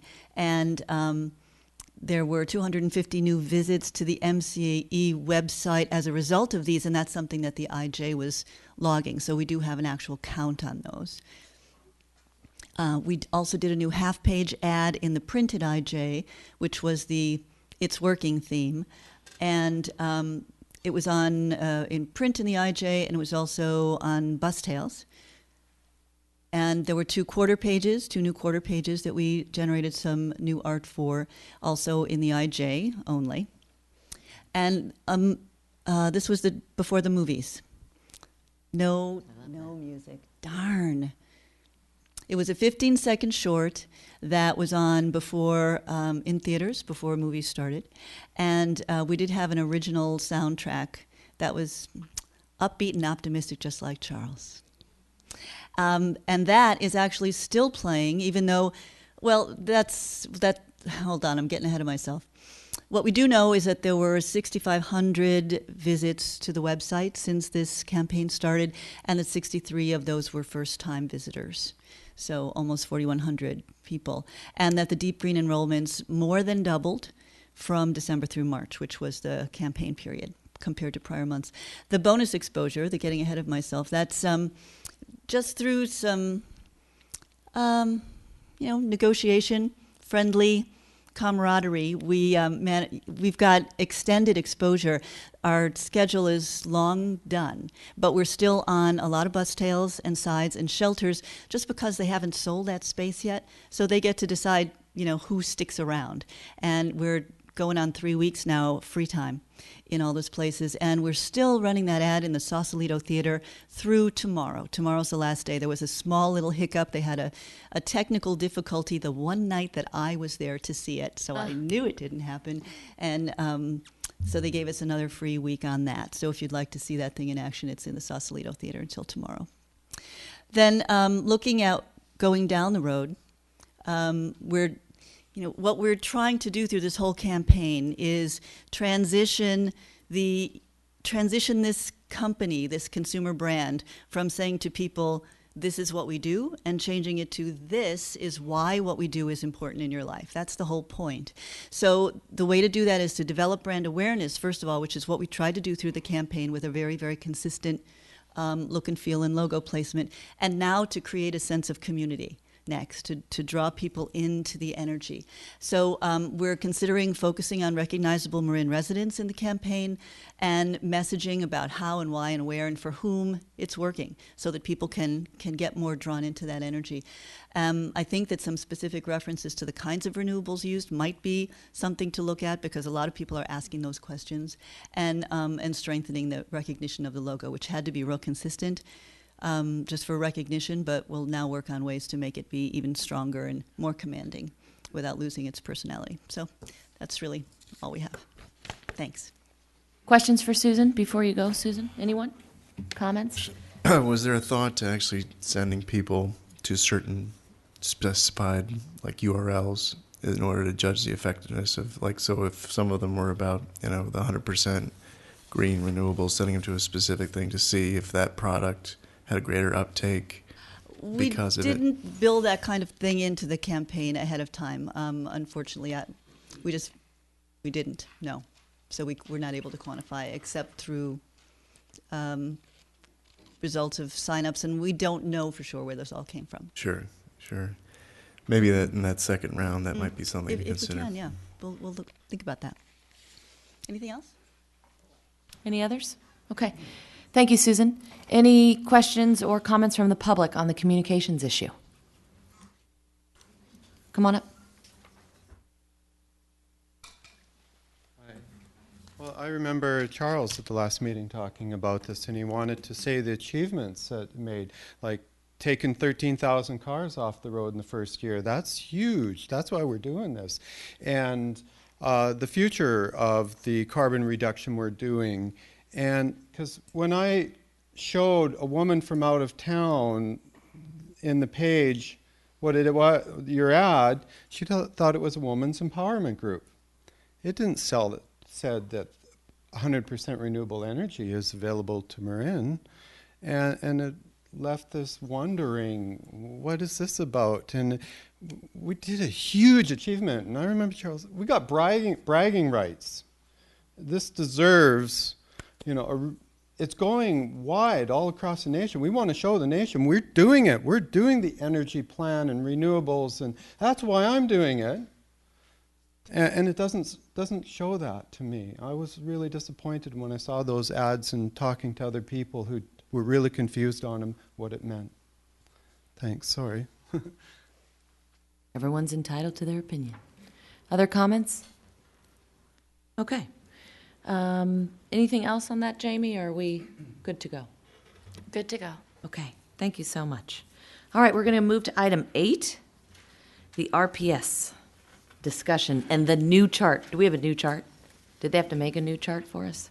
You know what? You'll see here very quickly. I'm going to kind of walk you through some mundane details, and we'll move very, very quickly to the chest thumping. So, in any case, but you need to stand up and do it. That's what you're going to have to do tonight. I may refer to you for that. In any case, on the mundane side, as a load-serving entity in the state of California, we have certain reporting obligations related to renewable procurement. The state, as we're all keenly aware, has a renewable portfolio standard, requires all load-serving entities to purchase and deliver 20% of their energy requirements from eligible renewable energy resources. The California Public Utilities Commission has one tranche of reporting that we must adhere to, and then the California Energy Commission has another. We recently completed the second part, I guess, seeing as how we completed the first in August, the second part of a semi-annual reporting process wherein MEA describes how it served its customers with renewable energy and how much renewable energy it served to those customers. That report was filed with the Commission timely on March 1st.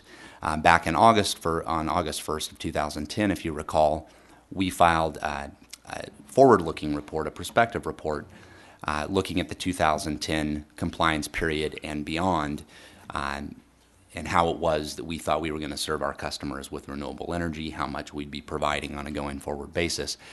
In any case, both reports were filed timely. The most recent one, as I mentioned, was on March 1st, and then we have an upcoming reporting obligation to the California Energy Commission on June 1st, which really is used to substantiate the renewable energy purchases that we represented in our March 1st report. And so these two reporting processes together are used to make sure that everybody's doing what they're supposed to be doing with respect to renewable procurement. Now for the chest thumping. As I mentioned, our March 1st report was filed in a timely manner. A total of 20 different entities submitted reports to the Public Utilities Commission. MEA was one of only 3 entities that represented achieving the state's minimum 20% standard. And lo and behold, and I think this will come as no surprise to this particular agency, MEA represented the highest RPS percentage of all reporting entities at over 27%. Pretty good stuff there. That exceeded California's minimum standard by 37%. It exceeded PG&E's reported RPS percentage by nearly 55%, and it exceeded our own internal commitments to program customers by nearly 10%. Walking the talk, I guess is what you could say. Okay. Yeah, there you go. So here's kind of a chart of what this looks like. MEA, how they quite literally stack up to the largest utilities in the state. Those are the 3 bars immediately to the right of MEA. And then some of the other energy service providers throughout the state, and these are some of the larger ones. As I mentioned before, only 3 entities represented achieving the 20% standard. MEA, of course, was at the top of that list, followed by Commerce Energy, which is another energy service provider that serves direct access customers. Oh, okay. And then MEA's own energy service provider, Shell Energy North America. We were happy to see that. They came in just slightly over 20%. This is incredibly difficult to read. I'll say that first, and I'm glad you all have copies in your respective board packets. But this is a bit more a quantitative look at how it is that different jurisdictional entities progress towards the 20% mandate over the last few years. And as you can see here, based on the comparative percentages that are in the rightmost column, we are leading the way and then some. And just to pick out some highlights I already mentioned, that MEA provides its customers with 55% more renewable energy than the incumbent utility in Northern California, over 1% more than the largest utility in Southern California, over 130% more than San Diego's investor-owned utility, nearly 29% more than one of the other RPS-compliant entities, Commerce Energy, and 35% more renewable energy than Shell Energy North America, one of our service providers. So, again, walking the talk. This slide here, we've got a little formatting issue, but the short story here in this table is that MEA delivered a total of nearly 90,000 megawatt hours to customers in 2010. Of those 90,000 megawatt hours, almost 25,000 were provided from RPS-eligible renewable energy resources. And then an additional 3,100, almost 3,200 megawatt hours of renewable energy certificates were purchased to provide for participation in the Deep Green program. So in total, if you look at both pieces of the renewable energy procurement puzzle, we're purchasing nearly 31% of our energy requirements from renewable energy resources. So very, very strong entry into the marketplace in terms of renewable energy procurement. Looking ahead, how are we going to keep doing what we're doing here? Well, back in December, you'll recall that your board approved 2 renewable energy power purchase agreements with landfill gas to energy projects located in Northern California. one in Solano, the other in Yuba County. Those projects are expected to begin delivering energy to MCE customers later this year, and then potentially early 2012. So actually quite soon. We also have, and we'll get to this as the next agenda item, an RFP that we're in the process of administering right now, and we're currently in discussions with a short list of vendors there. In all likelihood, there'll be considerably more renewable energy capacity that MEA will be bringing under contract in the not too distant future.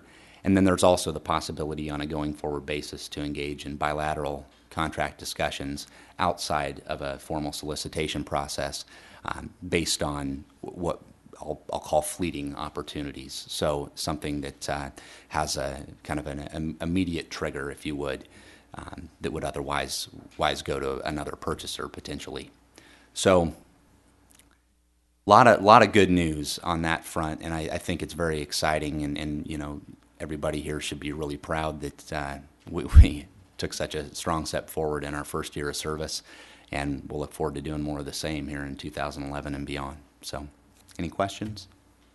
Yeah. Yeah, Kirby, this 20% goal for 2010, which apparently was a goal, not a mandate set by the state, does PG&E or do the other two IOUs incur any sort of penalty for not reaching that goal? Well, not currently, and the reason is that the regulations as they're currently written provide for flexible compliance. So the utilities, despite the shortfall relative to the 20%, are deemed to be flexibly compliant based on the fact that they can defer certain shortfalls in their procurement for a period of time. And so in all likelihood, that piece of the puzzle may become irrelevant very soon if Senate Bill 2X is signed into law. Senate Bill 2X would push forward the RPS compliance deadline to December 31st of 2013. That particular piece of legislation has made it through both sides of the legislature already, and in all likelihood will become law. So, you know, this point may very well kind of fall by the wayside in the near future as this RPS compliance deadline is pushed forward. So, in the near term, though, no penalties are assessed because, like I said, they're able to defer procurement for a period of time, and we're able to do that for the 2010 period. All right. Yeah. Great. Quick question on just as a point of interest on your peer Sure. review super fine print, which I can't even read with my glasses on. Maybe that tells me something about my strength of my glasses. But so for even someone who's so this is procurement outside of their own generating capacity. Is that what these percentages are, or is it delivered to? This is delivered. Yeah. So even somebody like Calpine, which you would think has a huge amount of of geothermal generation, is really that low a percentage of delivered? Because somebody else is buying that. Yeah, they may be operating the facility, right, but the buyer is the one that gets to claim. But the other, whatever utility's buying that. Correct. Correct. Wow. Huh. Yeah, some of these percentages are surprising. Are very surprising. Yeah, and it's also, say for Commerce Energy, for example, you'll notice that in their August 2010 compliance report, they projected that they'd be just over 1%, RPS eligible, and so they obviously committed to procuring renewable energy in a great big hurry, and were able to pop up in short order there. So that's amazing. Yeah. Kirby, am I correct that there's actually a new RPS standard in the works? If you could talk a little bit about that as well, and the status. Yeah, as I mentioned, Senate Bill 2X will impose, if signed into law, and for all intents and purposes, it looks as though that will be the case. This has already passed through both sides of the legislature and is awaiting signature at this particular point for the governor. And what that will do is it will establish a timeline for progressing towards a 33% renewable portfolio standard by 2020. I may have the numbers a little bit off here, but the initial benchmark will be 20% by 2013, December 31st, 2013, and then I believe it moves to 27% by the end of 2016, and then on to 33% by 2020. So I think one of the takeaways there is that we're really already past the 2016 requirement at this point, which puts us well on our way to the 33% target that seems imminent at this point. And I would expect that we'll best that well in advance of the 2020 deadline as well. Well, but Kirby, the other takeaway, as it seems to me, is that these are simply goals that the state is setting for them, and that they can easily ignore those, just as they did the 2010 goal. Yeah, the SB 2X legislation has a slightly different take on flexible compliance than the currently effective regulations have. The SB 2X would establish some cost-based metrics, total cost based metrics that would be evaluated to determine whether or not a utility could reasonably defer compliance without imposing significant rate impacts on its customers. And so, yes, you're right. It doesn't seem as though it's a hard and fast standard, and quite frankly, maybe it isn't. But I think the legislature wants to recognize that costs associated with energy procurement, particularly renewable energy procurement, may fluctuate significantly over time. I think they're trying to take into consideration the fact that technologies may change and costs may change, and they don't want to impose any downstream impacts on ratepayers without there being some sort of a cost evaluation associated with it. So, yeah, that's kind of the way that this is working. But yeah, you're right. It does seem more of a. We'll always hope. Yeah. Maybe I'm connecting two dots that shouldn't be connected, and I'm sorry for asking another question, but so that gets back to what I think, I don't know if this is the last meeting or the meeting before, about their filing about recovering, what's the right term of art, basically retirement costs of old plants through the distribution side rather than on the generation side, because if they can weasel that into, basically saying I don't have to, they can win in either scenario there, because they can say it's too expensive for me to pass this cost on to the consumer to retire plant X. If it's on the generation side, and they can sort of tuck it over here if it's on the distribution side, if that's not in there, is that a possibility of outcomes here? That's interesting. I haven't really thought about the first point you made there. Certainly on the generation side, on the procurement side, there, they can. It seems like they can avoid having to meet those targets on the distribution side. It seems as though there are certain costs that they can fold in there as well to ensure recovery. One of the other things I wanted to point out, and if you have other questions, I'd be happy to answer them. But what this SB 2X would also do is it would make the renewable portfolio standard applicable to public utilities as well. So that's something that hasn't been the case in the past. Municipal utilities have been required to put policies in place that recognize the intent of the state's renewable portfolio standard, but don't necessarily need to match up exactly with the timelines and requirements. This would sync those two pieces of the puzzle up. Director? Doesn't that make our music even sweeter, though? The fact that if there's no teeth and others aren't hurrying and we're doing it and you care, this is the place to dance. Yep. Seems to me. Absolutely. Absolutely. I like it. Others? Yep. Okay. Let's open this up for public comment. Is there any public comment on this item? Ms. Barbara?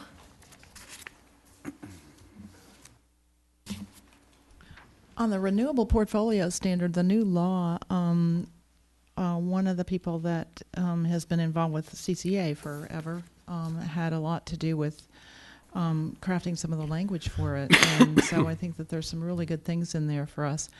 There is a bit of a hitch, though. The Nancy Skinner's bill, and I'm forgetting the number of it, or even the gist of it, but it's connected to this somehow, called double bound or something like that. And so this bill is sitting on the governor's desk waiting to be signed, and there's a 30-day window, and after that it's over, apparently. And if this other bill still has to be voted on in the legislature, which is very weird.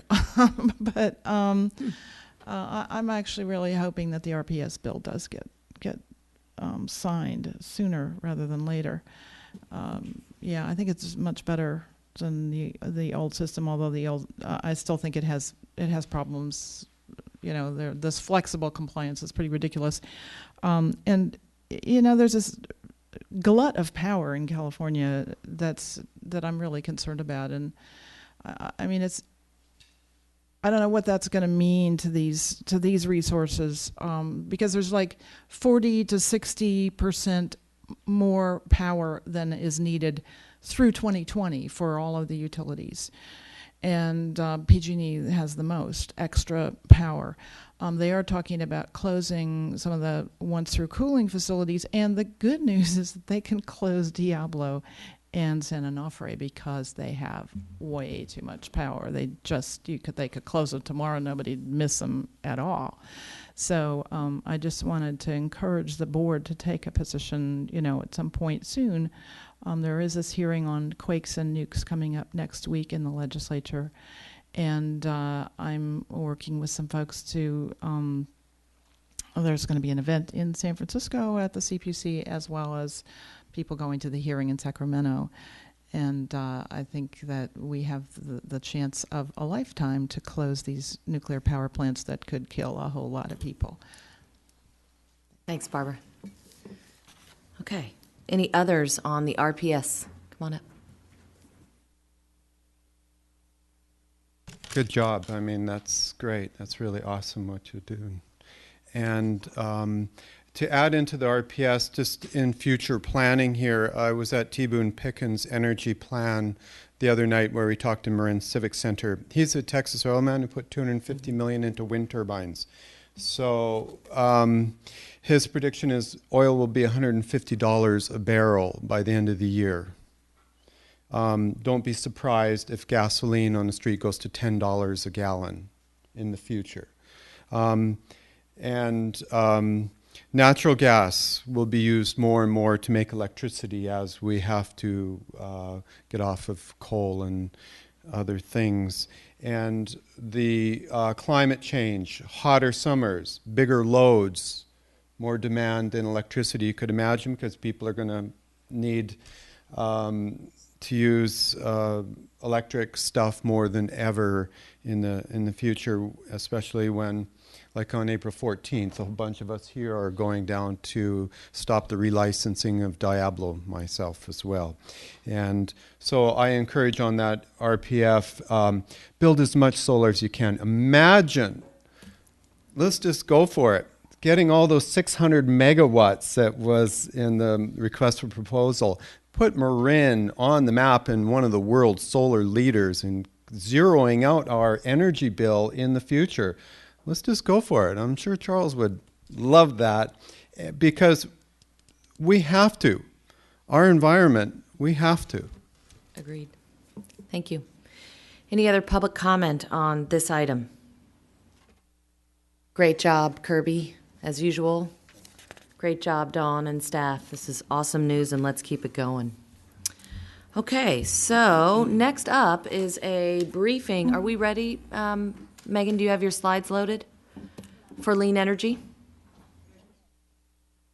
Excuse Item me. 9.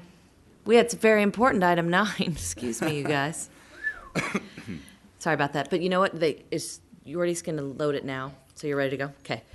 Who is presenting the short list? Is that you or John DeLessie? Kirby again. You're Sorry, up. yeah, you get to listen to me talk a little bit longer. I think we're going to get this thing queued up here, and we'll be ready to go. All right. Oh, thanks. Fantastic. All right, so I think by now we're all keenly aware that we're in the middle of a RFP process, and so far this has been it's just been wonderful to see the renewable development industry's response to this particular solicitation. Just want to remind you all, I know it's been said several times now, but in response to MEA's December RFP for renewable energy supply, we received proposals in excess of 600 megawatts of new renewable generating capacity. That was over 15 times our request. So really a great response there. After we received those responses, we went through the process of first screening and then evaluating those, the information that we received in concert with the Ad Hoc Contracts Committee. That particular committee was comprised of certain board members, Charles included, and staff and the technical team as well. And we met 3 times for the purpose of, the first meeting was really to go over the different criteria that we were going to be using for the purpose of evaluating these different proposals, how these different criteria would be weighted, what were all the different considerations that were going to be made as we walk through this evaluative process. And then the meetings that followed were focused on looking at the evaluative results and the scoring of these proposals. I think we've already mentioned, and I'll go ahead and reiterate it here, that this was really an independent process. We had 3 different reviewers, myself, John DeLessie, Don Wise, that all reviewed these proposals independently, scored these proposals independently, and then we convened for a calibration discussion to see were we on the same page, and where were there deviations, and if so, why were there deviations, and had an opportunity to talk about how it is that these proposals were scored. Turns out that the scoring was very similar for all of these proposals. As a result, we presented a preliminary ranking to the Ad Hoc Contracts Committee and discussed what a shortlist would look like on a preliminary basis. It was recommended that we go back to certain of the respondents and have follow-up interviews, an opportunity to ask clarifying questions regarding certain details presented in each proposal. We went ahead and conducted those follow-up interviews. Turns out that there was a lot of good information, a lot of clarifications that were provided during that discussion that did somewhat influence the scoring process. Ultimately, we prepared a short list that included 3 different respondents. The initial discussions or negotiations are currently underway with those 3 respondents, and we expect that negotiations will continue through mid-year, more or less. Just as an overarching comment, the quality of the responses that were received by MEA as part of this process were incredibly high.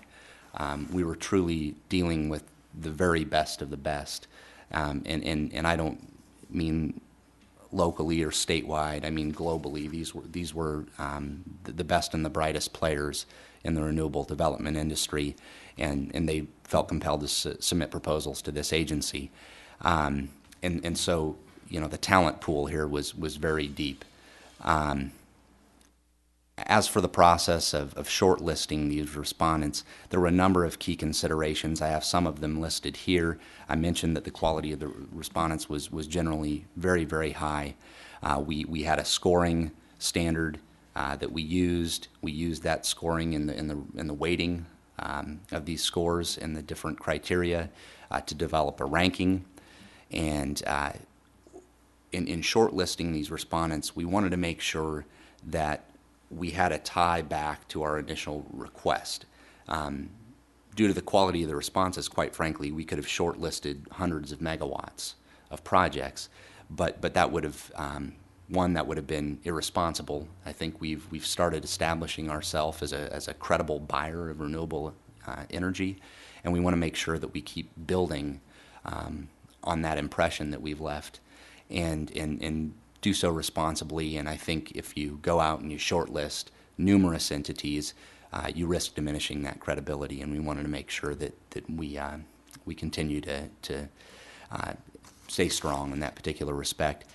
We also wanted to be conscious of the fact that negotiating numerous contracts is an incredibly time-intensive endeavor, and it simply wouldn't be reasonable for the lean and mean staff of this agency to carry on numerous negotiations with numerous counterparties over a multi-month process. So, so this kind of helped shape our list and size our list down to three really of the best and brightest respondents to this particular solicitation. And those respondents are Anexco Development Corporation, LS Power Development, and SunPower Corporation. And we'll talk a little bit about each one of these different entities. Anexco Development Corporation, they are a large international company. Basically, their parent company is an international company. They're headquartered in Exco is in San Diego with local offices in San Ramon. They have over 700 employees. They have 267 megawatts of installed solar capacity worldwide and are currently working on developing over 1,000 megawatts of renewable capacity in the state of California, with 441 megawatts installed in the state of California. In Exco to date, they really got their feet wet in the wind industry and providing operations and maintenance services for generators, and have progressively moved towards the solar arena as well. So now kind of wind and solar are the two focuses of this particular development company. One of the noteworthy items for Anexco is that they were the developer of the solar facility in Wilton, California, which is in the Sacramento Municipal Utility District service territory. And this particular facility supports their Solar Shares program, which is their retail solar cooperative.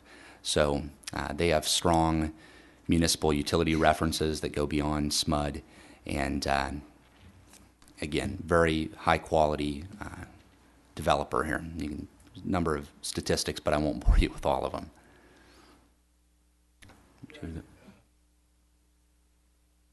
Don, so you correct me.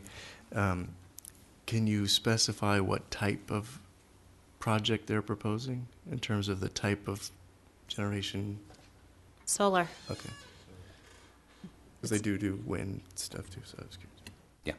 Yeah. This solar project is what they proposed. So the next shortlisted entity, and again, these are just in alphabetical order here, LS Power Development.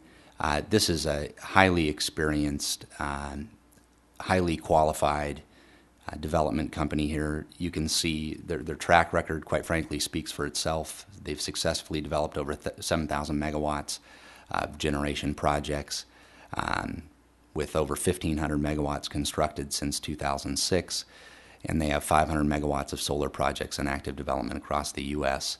They have a very strong project financing track record, over $13 billion in project financings since 2005 alone.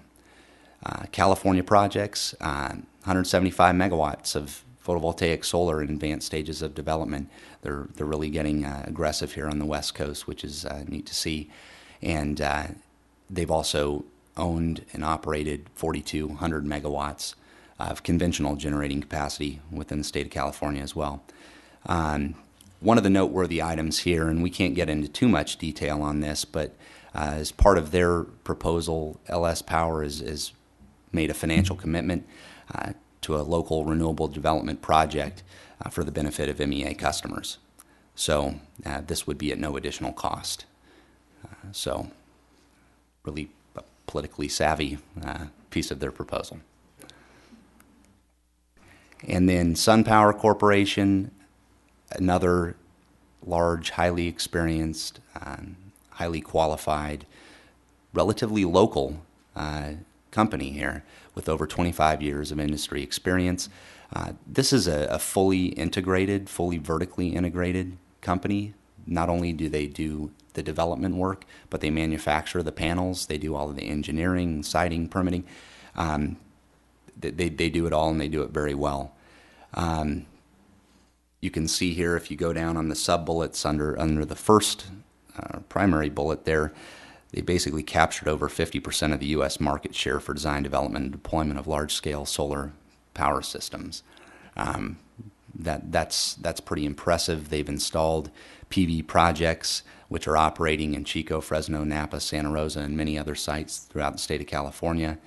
In terms of the technology that they use, it's one of the most advanced PV technologies available, which typically exceeds their estimated performance standards, which is a nice feature there. I've already mentioned that they're headquartered relatively locally in San Jose. They also have a development subsidiary in Richmond, so not too far away.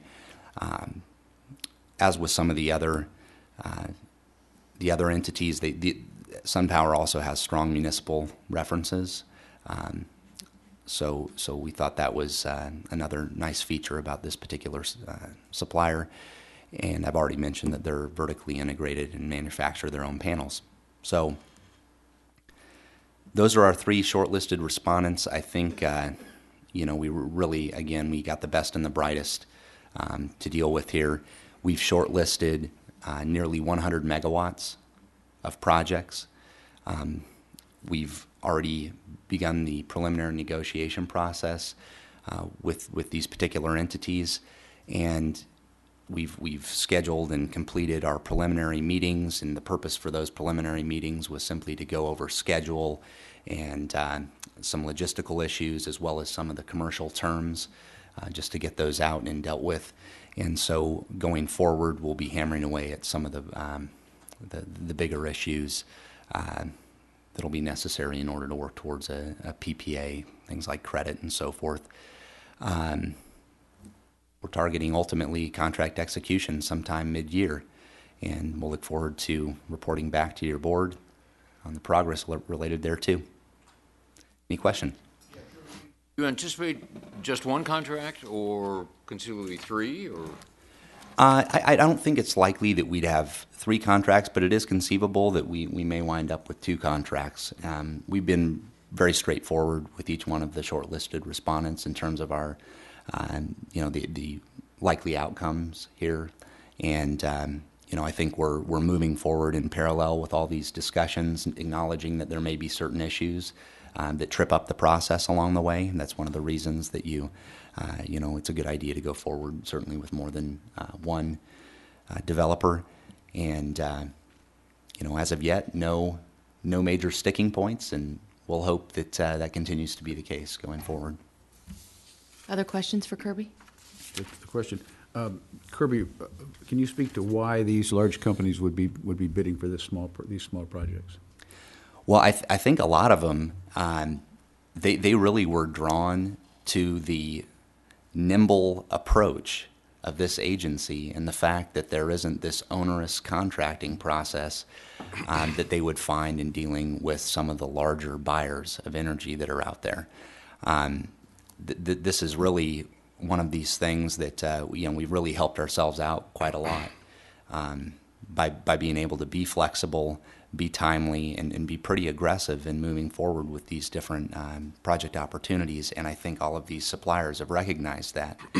So, they also, I think, really all of them appreciated the vision of the agency as well, and the commitment to renewable energy procurement.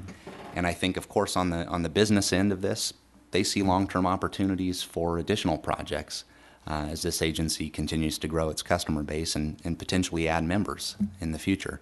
So, it's not all entirely benevolent here, but, I think it suits our purposes and it suits theirs as well.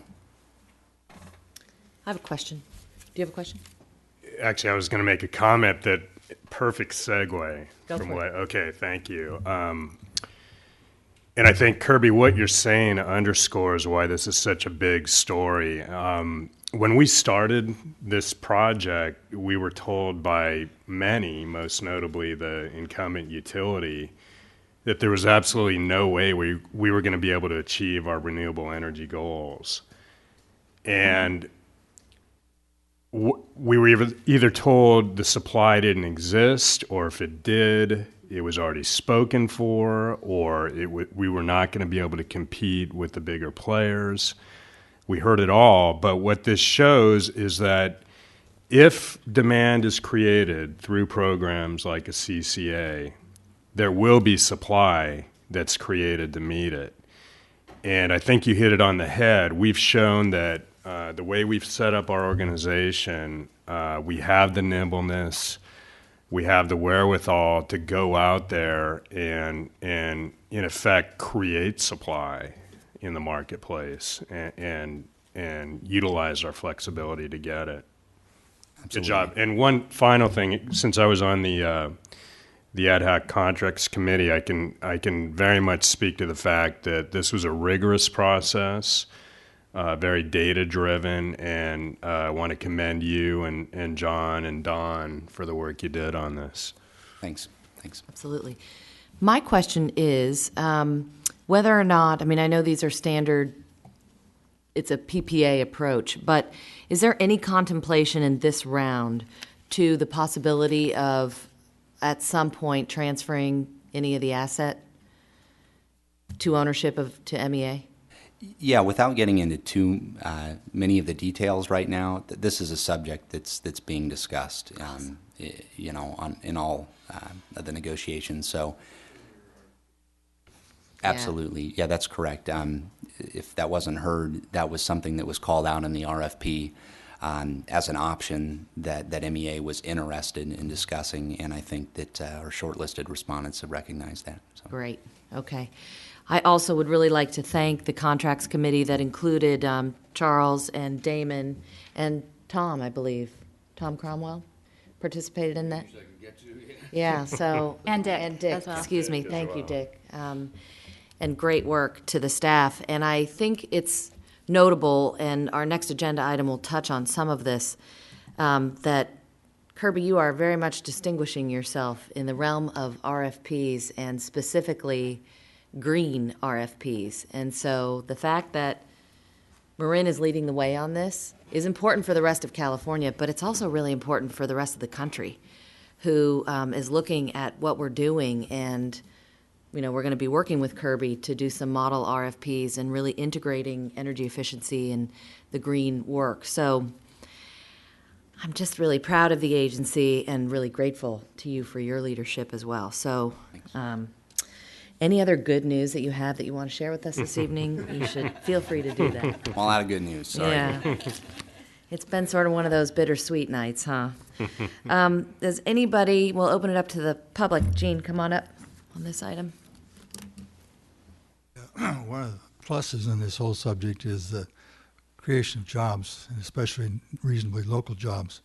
I would suggest you be sure that the manufacturers are reasonably local and not from China. You wouldn't want to be disappointed. Okay, very good. Anybody else on that? Here's Barbara. I wanted to take this opportunity to say yay, Kirby and John, for all the RPS work and the renewables contracts work that you've done. It's really awe-inspiring. And I wanted to encourage everyone to think about the fact that since the Fukushima plant is melting down, people are looking at what are the alternatives in a way that they haven't really for years, because everybody, all the, big enviro groups, or too many of them, were saying that nuclear is the solution for climate change. And there is this myth that renewables are not real. And I just want you to think about the fact that people are really up in arms about smart meters, partly because it's very real to them. The smart meter is everybody has seen a smart meter. They can touch it. It's right there on their house. They know very well what it is. And I don't know if you know about the concept of, different types of knowledge. Some people are very visual. Some people are very, auditory. And then And then some people are very kinetic, which is, like motion, touch. And I really encourage us to work with renewable energy in a kinetic sense, because I think that's one of the things that's really missing in this debate. And there's all these, rumors floating around. I mean, I'm in the Sierra Club Energy Committee, and we're having, people attacking renewable energy in this committee all the time, and it's very upsetting because there's so many myths. We have intermittent problems, and there's no way to, fill in. You have to double the amount of power. Well, that's just not true, but people don't know that. And even though solar is relatively common nowadays, a lot of people have never actually gone up and touched a solar panel, and it just doesn't have that kind of reality to it. Their wind, power, other types of power. I mean, there's all this stuff about birds being killed by windmills, but there's no discussion about, the power plants and the transmission lines, that would kill birds and fish and people. I mean, it's, so I encourage you once again to take a trip to the renewables that we have and get pictures of them and get a really body sense yourself of what we have, so that you can, portray that to people in a way that is, makes it really real.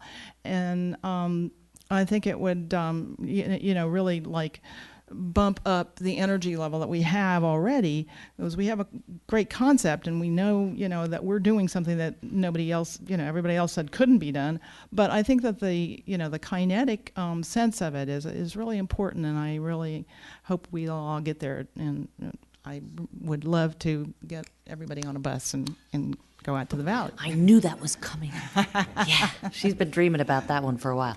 Okay, we're going to stick to our 3 minutes if we can. If anybody wants to touch a solar panel, they can wash mine, because the output always improves when you wash them. So come on over, please. You go to Mill Valley Public I'd rather Safety you on my Building. roof than me. So. All right, that's my specialty, solar. I'm an electrician, and solar maintenance, very important. I'll do it. And good job, Kirby, and I'm really glad this is happening. This is the big moment that we've been waiting for. And just to add in some information on these decisions.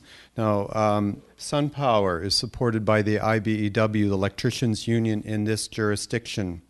They'll have no problem with labor doing on with union and county buildings like the Civic Center and schools and whatnot. Very important to have labor on your side. SunPower, you ought to see their stock shares are increasing. Very strong buy. Very powerful company. The people are really motivated to get going on solar, not nuclear.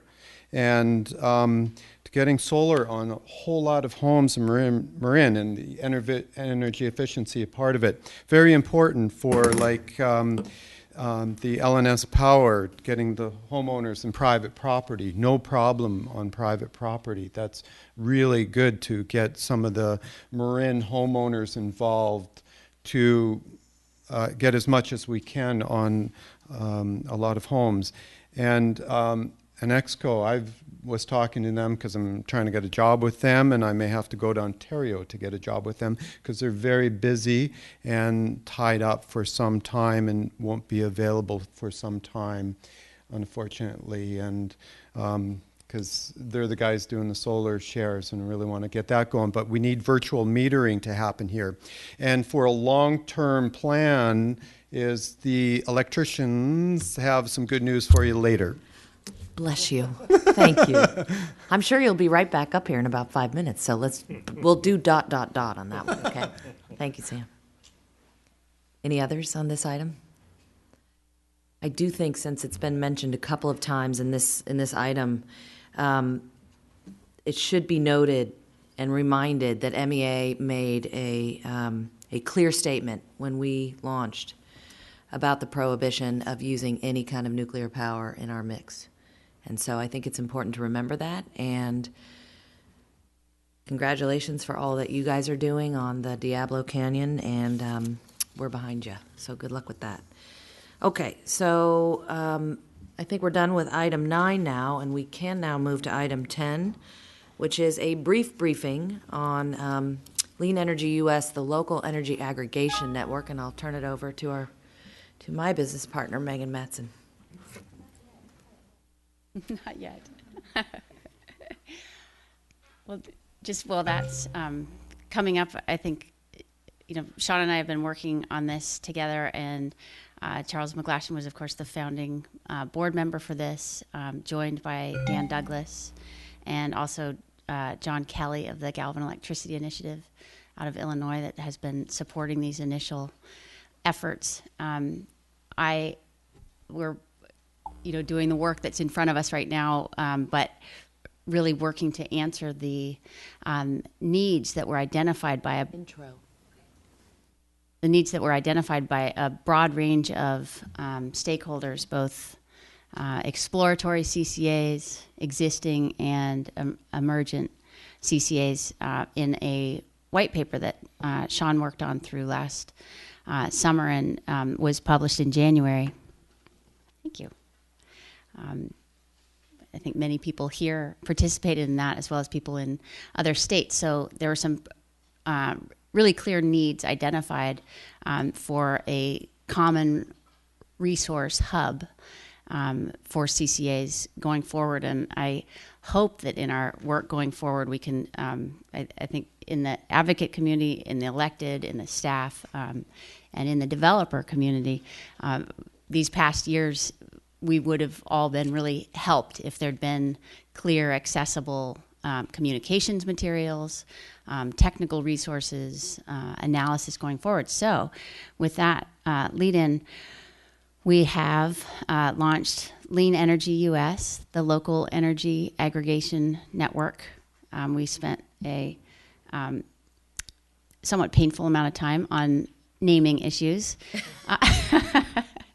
We didn't want to be yet another painful acronym out there in the world, NCE, CCCA. Anyway, I won't go into it, but also there was the challenge of community choice aggregation not only being a somewhat painful term, but not being consistently used across all of the CCA-enabled states.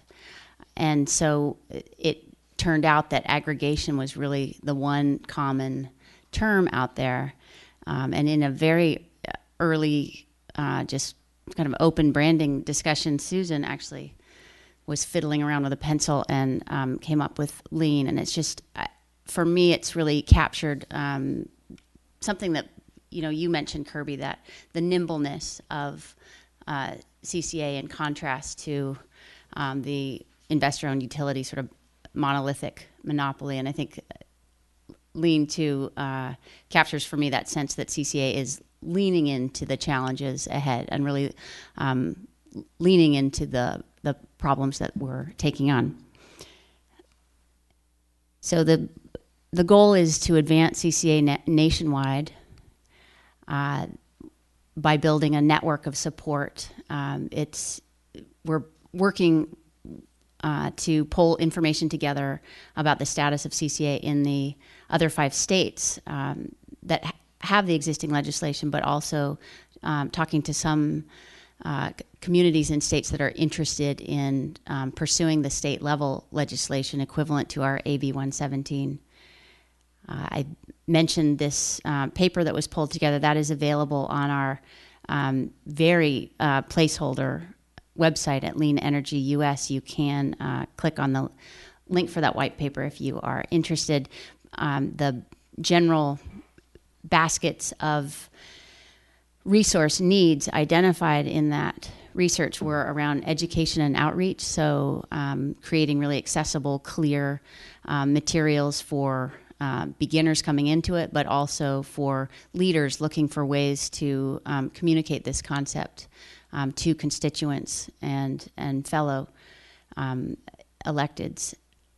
Policy and advocacy work, I'll address the one piece that has taken up quite a bit of our focus most recently, which is the SB 790 legislation of Senator Lenos for California, but we're again looking at furthering enabling legislation in other states. Regulatory work, we're really at this point just really trying to stay abreast of the regulatory context for CCA and how a entity that sort of shared CCA interests more broadly might be able to begin shouldering some of that burden that has been such a piece of the financial challenges for MEA. And then expansion support, and that's been another very immediate activity of ours, really responding to the remarkable acceleration of interest in this concept. I think many of us are familiar with what it was like in the beginning, trying to get someone to sit still long enough for you to explain why it was that you were working on such a thing. And because of MEA's success and the real proof to date of its economic viability, the incoming inquiry and curiosity is remarkable, and we are working to respond to that. It's turning out, it's starting to look like the graduate students' case study du jour. So I've spent some time on the phone being interviewed by various students who are using MEA as their main piece of work. So it's exciting to see what kind of observations are coming out of that. I'll just look at a few of our priority projects. I covered this. The success is really bringing in these inquiries. This is just kind of an overview of some of the communities we've been talking to, the trips to Monterey and Sonoma and San Francisco, ongoing presentations, and then real responses with some of the materials that we do have available so far.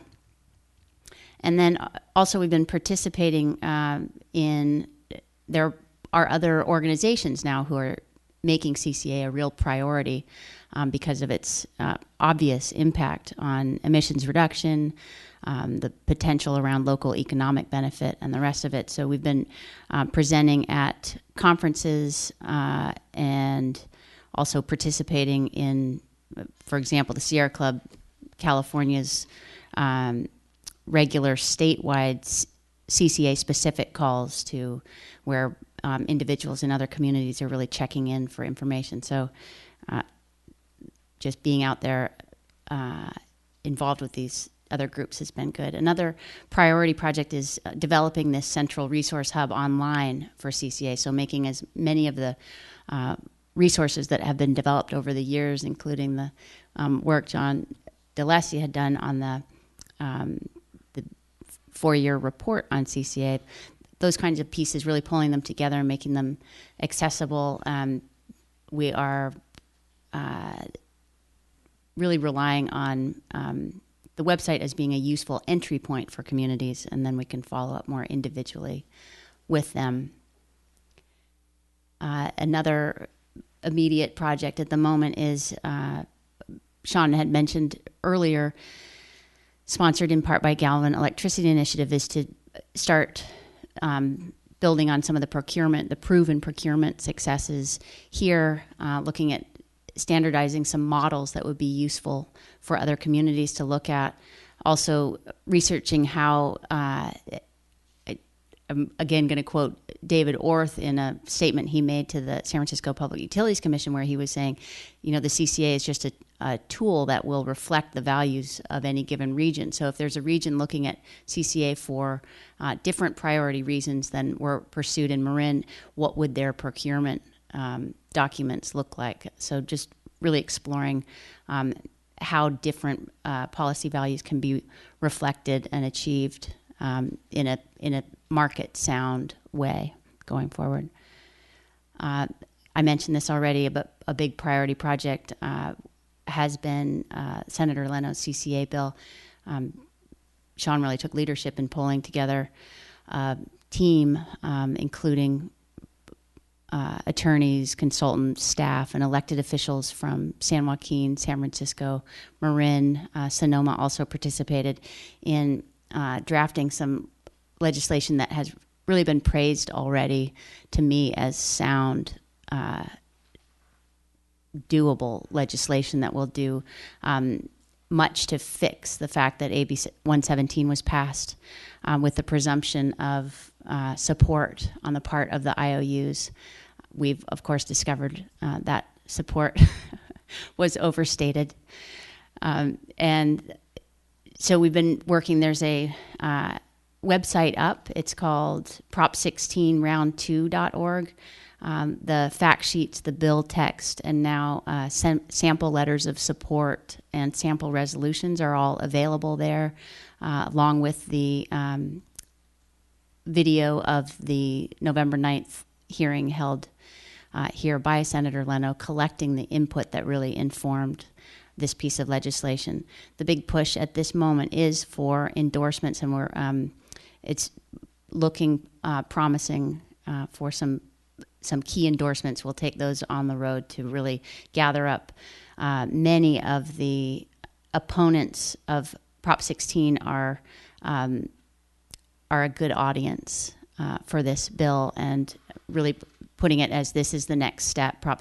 Beating Prop 16 gave CCAs a fighting chance going forward, and this bill will begin to pave the way. It does nothing to level the playing field completely, but it fixes many of the more egregious Hey, Megan. difficulties. Yes. Are you allowed to mention any of the big ones that we got from San Francisco, even though it's not in writing yet? I don't think so.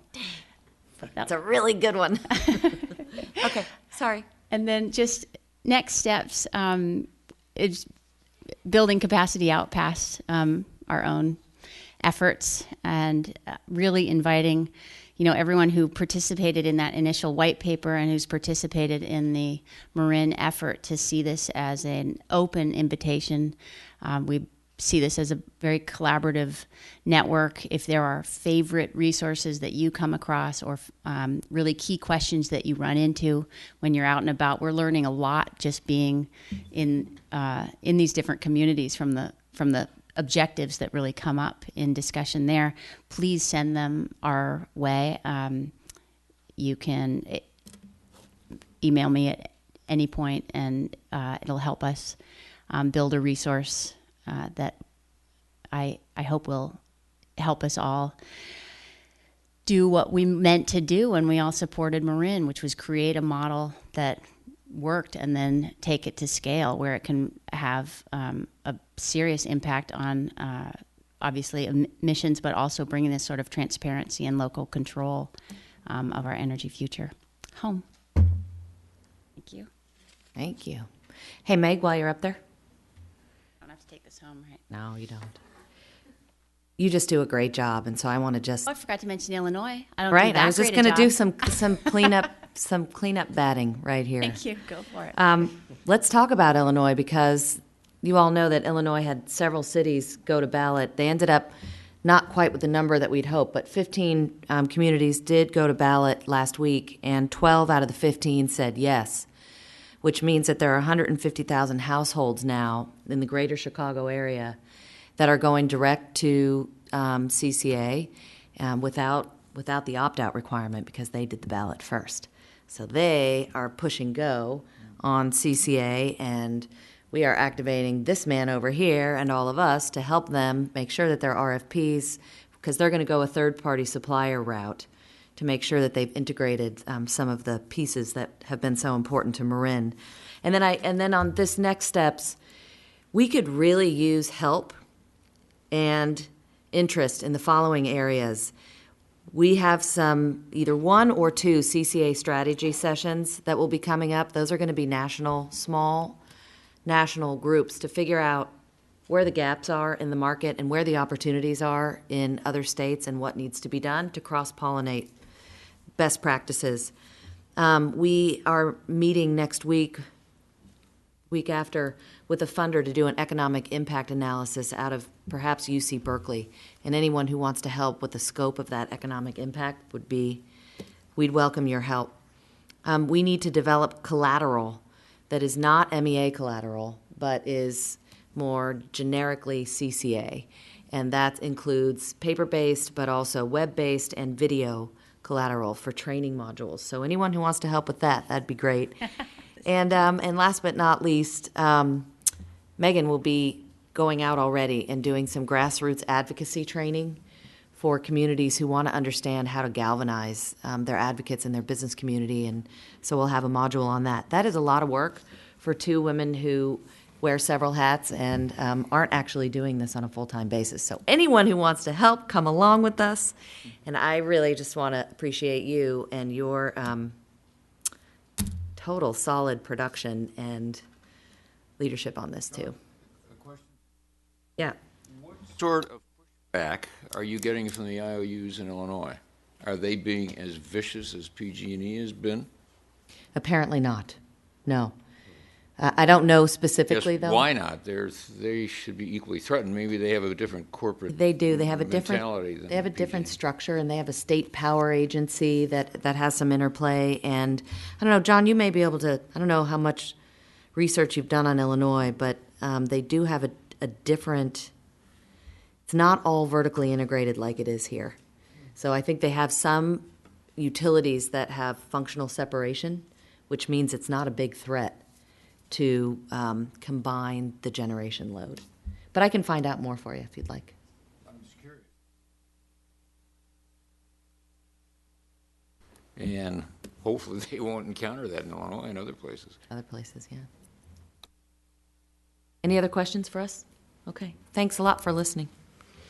All right, moving on now to Beth and the legislative update, some of which is partially covered already. Chair?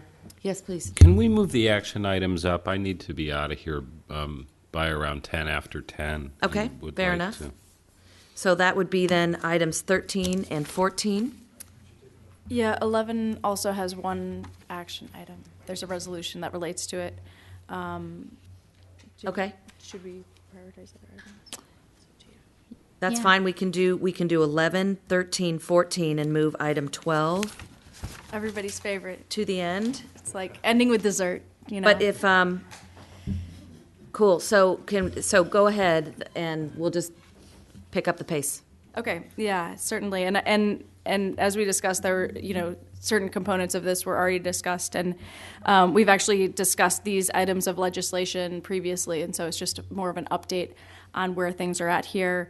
976 is a quite vague legislation that attempts to prevent CCAs from using any services that were sort of used or advice they received from different sources prior to a launch. They would not be able to contract with those entities after launch. It's a little bit unclear, and so there may end up being some revisions in the work to clarify what exactly that pertains to, whether that specifically pertains to an electricity supply contract. Couldn't be. A CCA couldn't contract with an energy supplier that helped to develop their RFP, for example. So that hopefully there will be some more clarity in the works on that, because otherwise it's very vague and extremely broad. It would be difficult for CCAs to launch, potentially, depending on the interpretation. SB X12, this is Special Session 1, Bill 2. Kirby discussed this a little bit before. This is the RPS law, and this was in your packet last time, and it's also in your packet or maybe it's only in your packet this time, actually. But what it relates to is how, not only how RPS is going to be ratcheted up to 33% by 2020, but also the rules are changing as well. This, as Kirby stated, this has already been approved in both houses, and so it's waiting for the governor's signature. This would create a lot of legal and regulatory complexity, even more so than now, as it relates to renewables. A couple of the things that are worth noting are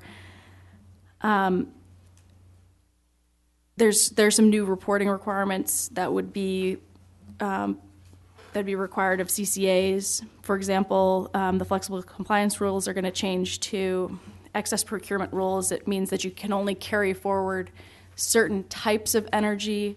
For example, you can only carry forward things that are contracts in 10 years or longer in duration, and you can't carry forward tradable RECs.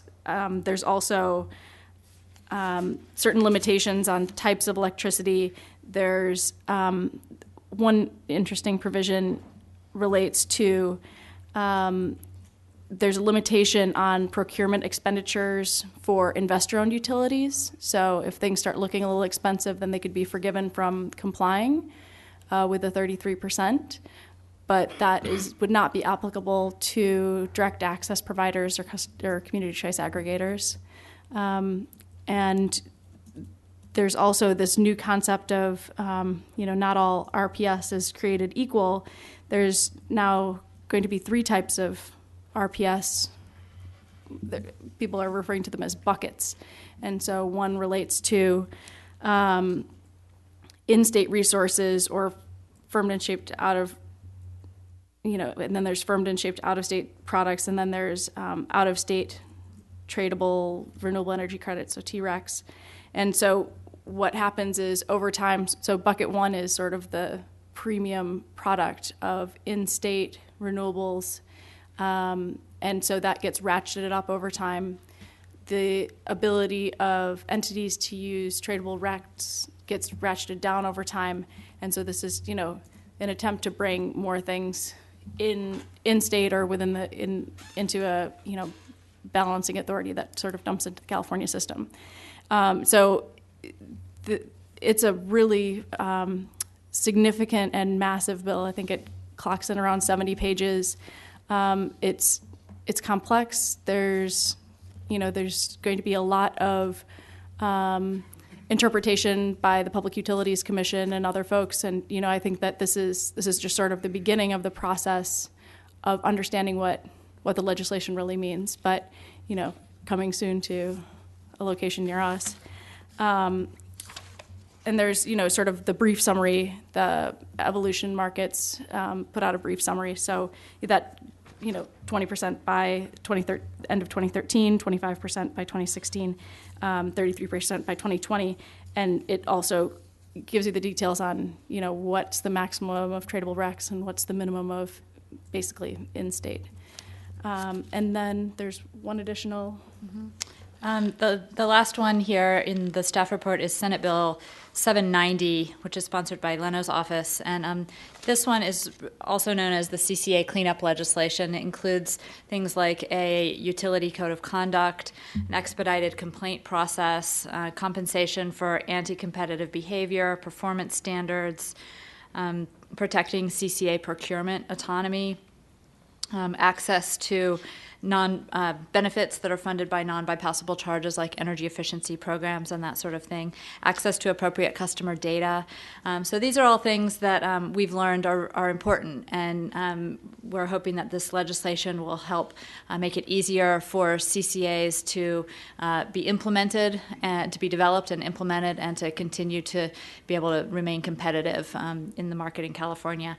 We have an action item on this one tonight, which is a resolution of support, and the resolution also includes a confirmation that MEA would like to be a sponsor of this legislation. So with that, I can turn it over or answer any questions. Are there any questions on this item? Does 790 have any co-authors yet that you're aware of? Co-sponsors. Or co-sponsors? Yeah, at this time, I think it's just Leno's office. It's proposed as MEA, Sierra Club California, San Francisco Public Utilities. Right, so no, not co-authors, but yeah, Co-sponsors. co-sponsors. Okay. Yeah, Sierra Club would be joining. Any other questions for Dawn on SB 790? Okay, comments from the public, and then we'll call for a motion. Gene Dyer again.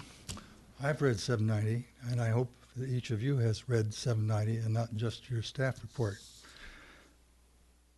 Although your staff gave you a 3-page summary, it conveniently left out the primary argument for the bill, which was presented in the introductory paragraph of the Legislative Council's Digest, where, and I will quote from it, "No electric utility may recover from any person other than the shareholders or other owners of the utility any direct or indirect expenditure by the electric utility for promotional or political advertising." That's part of the bill. You can't give out. Now, number one, I'm not in favor of what PG&E did. And I think there are a lot of good things in this bill, but that point is what I'm going to make a point about. While that may sound appropriate, you must reflect that you are also funding an extensive promotional advertising program. You just heard about it. However, since you have no shareholders, you are in fact charging your customers for this promotional program, just what you would prohibit PG&E from doing.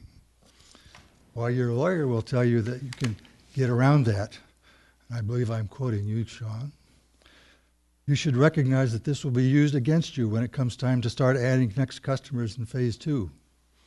And you'll be referred to as just another example of government out of control.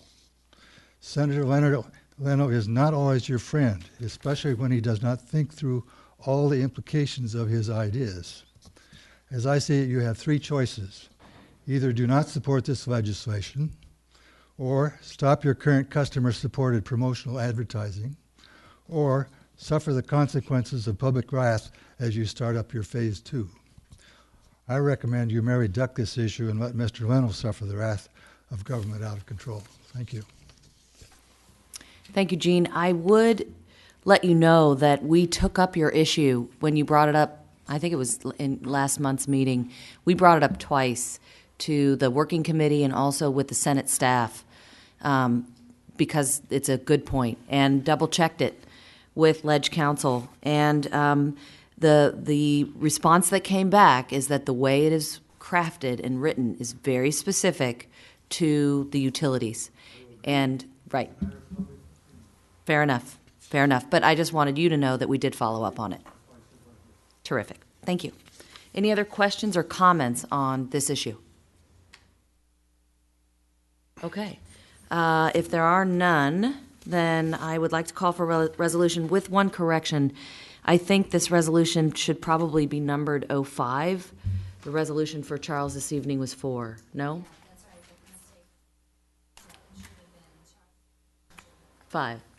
03, excuse me. Okay, so this is corrected 04. Okay, terrific. All right. And I also should have pointed out that there was a letter of support that's been drafted that was included in your packet today, supplemental, your final supplemental today, and we can send this in along with the resolution. Great. Okay. I'll move for approval. Second. Okay, moved and seconded. All in favor? Aye. Aye. Aye. Any opposed? Hearing none, that carries unanimously. I really want to recognize Dawn and John and other members of the MEA team who have done amazing content work on the bill, so thank you for that. Okay, moving on then to, we're going to pass on the regulatory update. We'll do that at the end. Let's go to item number 13, which is our rate change issue, and I believe that's John DeLacy tonight.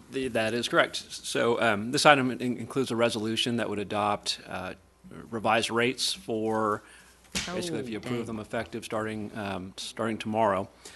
And this new set of rates was presented for the first time at the February 3rd meeting, and so there haven't been any changes since that time. We're just trying to give adequate time for public comment and consideration before they're presented for final approval. Just to kind of reiterate the highlights, the rates they're consistent with the budget for fiscal year 2012, which has been approved and is now in effect. The rates reflect a 14% reduction from the existing rates, from the current rates. That 14% is it includes reductions in the budget items. It also includes a consolidation of the PCIA credit, which we're currently litigating at the CPUC, but we are confident that we're going to have a positive outcome in terms of reducing the PCA charge that currently MEA is providing a credit to customers through the bill. Under the new rate structure, the rates would simply be lower, so there wouldn't be two pieces to it. In other sort of features of the rates was some additional efforts at simplification. We reduced the number of decimal places, for instance, in the charges, just to make the rates a little bit easier to understand, a little bit more user friendly. I think one of the real nice sort of good news, I suppose, Director Marshall asked for earlier, is we're proposing to eliminate the $10 per month deep green charge for customers that want to enroll early, and they're able to do that by agreeing to sign up to deep green. Currently, they have to pay the penny a kilowatt hour regular deep green fee plus a $10 sort of early participation fee. The new rate structure would eliminate that $10 per month, so we expect a lot more signups in the deep green program as a result of that, and we expect that to be one of the more popular features of the new rates. I want to just say a little bit about a little bit more about the PCIA and where we are in that. As you know, it's a charge that PG&E assesses on customers' bills, on MEA's customers' bills, to sort of keep them whole, keep them from losing money as customers leave them and take service from MEA. And we brought this issue, a number of issues, to the Commission's attention in terms of this being an excessive charge. And there's a lot of arguments that we brought. We assembled a coalition, a very broad coalition, and somewhat unique, really, in getting the Commission's attention on this. And it included San Francisco, a natural ally for us, but also some of the direct access companies, the energy service providers and their sort of trade associations, some municipal utilities through the California Municipal Utilities Association, and some actual customer groups. And so we all came together. We've been working jointly, calling ourselves the joint parties, actually put testimony into the Commission. I was one of the witnesses, as well as someone from San Francisco and someone, a consultant who supports some of the direct access companies. We sponsored joint testimony. We testified as a panel. It's been a very good experience, and we've got, as I said, very good arguments, and even the utilities are agreeing with us that something needs to be done on the PCIA, that it is higher than it should be. There is not complete agreement on what specifically the adjustments should be, but like I said, we expect a very positive outcome, possibly even an elimination for this year when the Commission actually gets to decide on this issue. So that's one of the reasons why we decided to consolidate and get away from the separate PCIA crediting mechanism and just simply have a lower rate so that customers can compare ours to PG&E's. So with that, just in terms of the mechanics, the rates would go in effect, assuming they're approved tonight, starting on the customer's next bill cycle. So starting tomorrow, any customer who has a meter read date tomorrow, the new rates would go into effect. That way we don't need a prorate. So they'll sort of be rolling in over the next 30 days or so. That's all I have, and happy to take any questions or just take it to a vote. John, whether or not this PCI is simply reduced or eliminated is not going to affect our new rate schedule. Is that correct? It will not. It will not.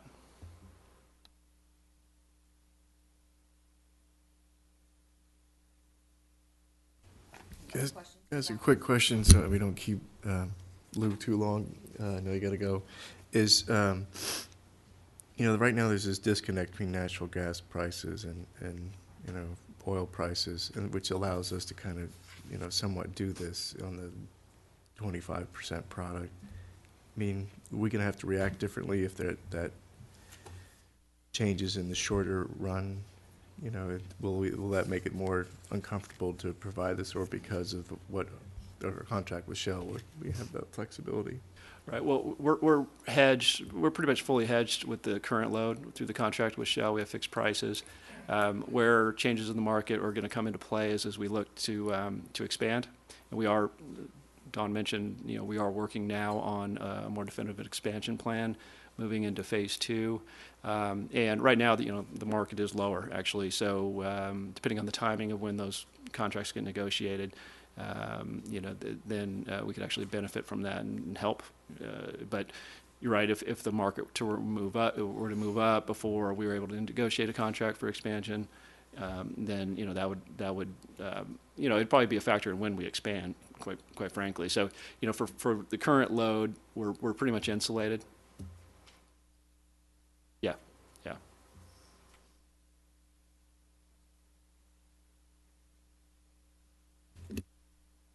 Oh, other questions? Okay, here we go. Let's open it up for public comment. Gene? Here I am again. First, let me congratulate you on your success in interesting potential suppliers and the general public in both providing and using renewable energy. However, you have accomplished this by, if not misleading, at least not making public disclosure of the fact that far from being a financial success, you are facing nearly a $10 million loss if you continue with the plan you presented to the public of adding the remaining residential units early next year. As explanation of that statement, since you did not publish the details of the effect of your proposed rate reduction, I took it upon myself to do a few calculations. I hope you've done your homework and reviewed these. Some interesting points come to light. First, it is obvious why you have financially been successful. You've wisely limited your phase one customers primarily to the commercial, agriculture, and other large energy users, whose average rates of 10.7 cents per kilowatt hour are greater than the 6.71 cents per kilowatt rate you had to pay to buy the power from Shell. That difference, nearly 4 cents per kilowatt hour, is what has allowed you to make a profit on sales in excess of $3 million before administrative and debt-related expenses. However, if you pass this rate reduction, the much lower average residential rate will be just under 5 cents per kilowatt hour, resulting in a loss in excess of $10 per month for each residential unit you add in phase two, starting a bare 9 months from now. Multiplication of this loss by the 61,000 residential units that you plan to add leads to a loss in excess of $10 million per year. And this, of course, would be worse if the PCIA is not eliminated. Another 5 million roughly. Discussions of your staff about this potential loss led to their suggestion that this loss might be mitigated by lower market costs expected to be negotiated with Shell next year. But my subsequent calculation showed that would require a 21% reduction in Shell's current 2012 pricing or equivalent just to come out even. Got to get 21% reduction in Shell's price. As a result, I would suggest it might be more prudent for you to abandon or at least delay any rate reduction and bankroll any further profits to minimize your phase two losses. Further, I would recommend that you start immediately to give further consideration as to how you will avoid this financial train wreck just 9 months from now. I'm pleased to answer any questions you have about my calculations. Okay, thank you, Gene. I believe that staff also received a copy of... Yes, I've been careful to give your staff everything I've done. Yep, very good, and we did also get it. So I am going to ask you guys to respond to your commentary tonight, Gene, and to the full memo, because we did all get it and all read it. Right. And first of all, I appreciate the memo. I think there's a lot of thought and work that went into it, and I want to recognize that. I think probably the taking a step back for a moment, I think your basic point, as I understand it, is that when we expand to the full phase two, that those rates are below cost in effect, and so as you term it, a train wreck, and so we're quite aware of costs, and we're quite aware of the rate structure. And in fact, when we talk about not disclosing the impact of the rate change, we absolutely have disclosed the impact of the rate change through the budget. That's exactly what the rate change reflects, is what we project for the current fiscal year, the net income through the new rates. If I might, I would observe that my discussion has nothing to do with your budget for the balance of the year. It only has to do with when you're starting in phase two, and it's not done on a fiscal basis. It's done on a... Allow him to finish. That'd be great. So when we're looking at the phase two, so one of the regulatory changes that we need to be aware of and are aware of is there's been a proposal by PG&E to actually get rid of the tiered structure for the residential rate and move to just a flat, everybody pays the same sort of cents per kilowatt hour for generation. That's actually, it looks like it's going to be approved. And so the rate structure that is likely to be in effect when we are ready to expand to the remaining residential customers in phase two is very likely to be more of a flat structure than the tiered structure that we currently have. So that's going to change that's fundamentally going to change the economics of the expansion. And so I think that's something that is important to consider. Basically what this change means is that PG&E will be reflecting the tiering through the distribution side of the bill. And so whereas today, they reflect the tiering primarily the generation side, we reflect the tiering through the generation side in our rates. If they move that tiering to the distribution side, then we're gonna have to react somehow. We're gonna have to recalibrate. Otherwise, you've got sort of double tiering in effect, and it'll wind up being punitive on customers. So we're going to have to adapt and recalibrate the rate structure before we get to phase two. I think that's an important piece of information that you should be aware of, because it like I said, it does fundamentally change the economics. In terms of the phase-in plan, we'll be talking more about that at the next board meeting. And I don't want to get too far ahead of that, but I'll just say that there's going to be more information about phase two being presented next month, and I think that'll also shed some light and maybe change some of the conclusions in your analysis. Bottom line, I just want you to think about this, all of you, not just your little committee that thinks about money, because it is a subject which is dynamic, subject to a lot of changes. But at the moment, if nothing else changes, those are the facts. Thank you. Fair enough. I have some follow-on questions for you, John. The flat structure that you're talking about, and you say it substantially changes the economics, which is a tiny bit oblique, and so I'm going to be direct and say, does that change the economics potentially in our benefit? I know that we have to be responsive to this, but what's your read on that?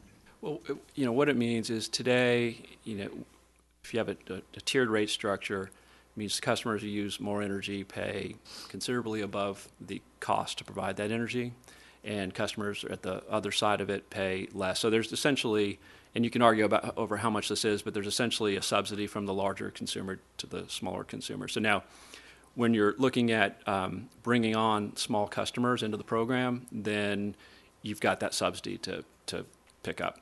Okay, you're basically selling below cost to those smaller customers. So if you're talking about a flat rate, then you don't have that. It's all customers are essentially equal. I mean, everybody's paying cost. So that's what I mean by it fundamentally changes the economics. And so Mr. Dyer's analysis is really focused on the impact of bringing on those small customers if we were to charge rates that are below cost. And so I'm just saying that it's likely that that's going to be changed by the time we get to phase two. And the second add-on to that is, I know that you probably daily do load modeling, and I know you've crunched all the numbers on the phase-in and all of that, and so I don't know how much you can say, but I assume that you guys are modeling all of how we're phasing our customer batching going forward to avoid some of the issues that Mr. Dyer is bringing up. That's exactly right, and that's where I obliquely, I suppose, referenced the phase-in plan that we'll be presenting at the next board meeting. Okay. But it's exactly that. And all of your analysis on how we avoid, so that you bundle them together in a way that works for us economically. Right. I mean, we've been very careful to phase in enrollments to basically self-finance this agency. I mean, we did have to go out for a couple $1 million, but for the most part, this has been bootstrapped and self-financed. And so when we're looking at the next expansion, we're thinking along similar lines. Okay, great. Thank you. Any other questions for John? And is this proposed move on PG&E's part from the generation side to the distribution side, the tiered system, aimed directly at MEA? It's certainly... That's safe to say. Yeah, I that's what we believe. That's what we believe. The other utilities, Edison and San Diego, have this structure. So PG&E saying they're just aligning with the rest of the state. The timing of it was very suspicious. This actually came up. It came up just before our launch. It came up in, I think it was like April of last year, and it would have been extremely problematic for us. Because of the phase-in structure and plan that we had, put in front of the commission, PG&E had become aware of it, and then we saw this sort of radical rate restructuring that really would have been problematic had it been implemented at that time. When we get to full rollout, full phase 2, it's still a slight negative, but it's not as big of a deal, and that's what we told the commission. The commission and it's only a proposed decision at this point, but the tea leaves are it's probably going to get approved. But the commission did listen to our concerns and actually is deferring implementation of that flattening and this CIA conservation incentive adjustment. The proposal is to defer it for a year, and that really is kind of a nod to our implementation plan and the phase-in plan that was reflected in our implementation plan.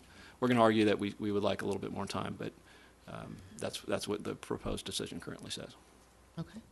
Comments? Is it as anticipated that, obviously you want to, for conservation purposes or efficiency purposes, you want the people who are using the most to conserve the most forget the moral implications of that, but just is it anticipated the steepness of the curve will be the same on the distribution side as it is now on the generation side to encourage, efficiency? Right. I mean, this proposal in isolation would be exactly, you're just moving the charge from one side of the bill to the other in the steepness. PG&E also had some other proposals that would effectively sort of flatten that a little bit, but those are really independent. Those were really independent proposals in their rate case. So, yeah, this is supposed to be revenue neutral to PG&E. It clearly would not have been revenue neutral to MEA. It would have. With our current customer base, it would have raised rates by something like 25%. And we brought this information to the Commission's attention, and that's one of the reasons that they're at least looking at a deferral. So, but that calls back into question where you push across the mothball charges, essentially, because if you push them over and you essentially keep lowering that, if you're going to make it a single rate on the transmission side, you don't have to incorporate those charges to retire old generation facilities on that side of you're effectively artificially lowering that flat rate. Yeah, I mean, that's the constant battle, and that's the battle at the CPUC. And, I think us being engaged at the CPUC is critical. When Kirby was talking about procurement, I think, we've right now we kind of have two core competencies that we need, and one is renewable procurement, and the other is regulatory. And we're happy about the first, and not so crazy about the second. But we got to be there. And what's the status of that particular filing that they did? That's our next agenda item. Oh, it is. Okay. No, it's at the end, but just okay. Any other questions or comments on the rate issue from board members? Okay. Then hearing none, I do need a motion for resolution number 2011-05. So moved. All right. Okay. Moved and seconded. All in favor? Aye. Any opposed? None. It carries unanimously, and thank you very much for that. And I'm looking forward to next month and what you have up your sleeve. Okay. Since Lou, what's the pleasure of the board? Do you guys want to go back to item 12 and do the regulatory update now, or do you want to move on to the MEA employment discussion? Do you care? Any preference? Hearing no preference, Beth, why don't you go ahead with your regulatory update, and then we'll go to the employment. Sure. Happy to do so. I thought you were going to say probably just our level of sleepiness, right, Beth? No, we're going to spice it up now. It's regulatory time. Okay, Beth, but the scary part is look at how much you're smiling. It's just scary. God bless her. I can't help it. There's a lot going on, to say the least, at the commission right now. One of the key items that came up, after we had sent out the packet and before this meeting was that two proposed decisions came down in the general rate case, and these addressed the conservation incentive adjustment that John was just discussing. So that also addresses a couple of other rate design issues that we're not really focusing on because our our key issue here is the conservation incentive adjustment. Both of the proposed decisions, would do the same thing. They would impose the conservation incentive adjustment 1 year from the date of issuance from a final decision. So we are in the process of developing comments on the proposed decisions. Those are going to be due on April 25th, and then reply comments are going to be due in early May. So that, I don't think we really need to touch more on that because John did a very thorough explanation there. In the CCA docket where bond matters are being heard, we submitted supplemental reply briefs on the proposed bond methodology there. The next step there is just wait until a proposed decision comes out and see what the new methodology is going to look like.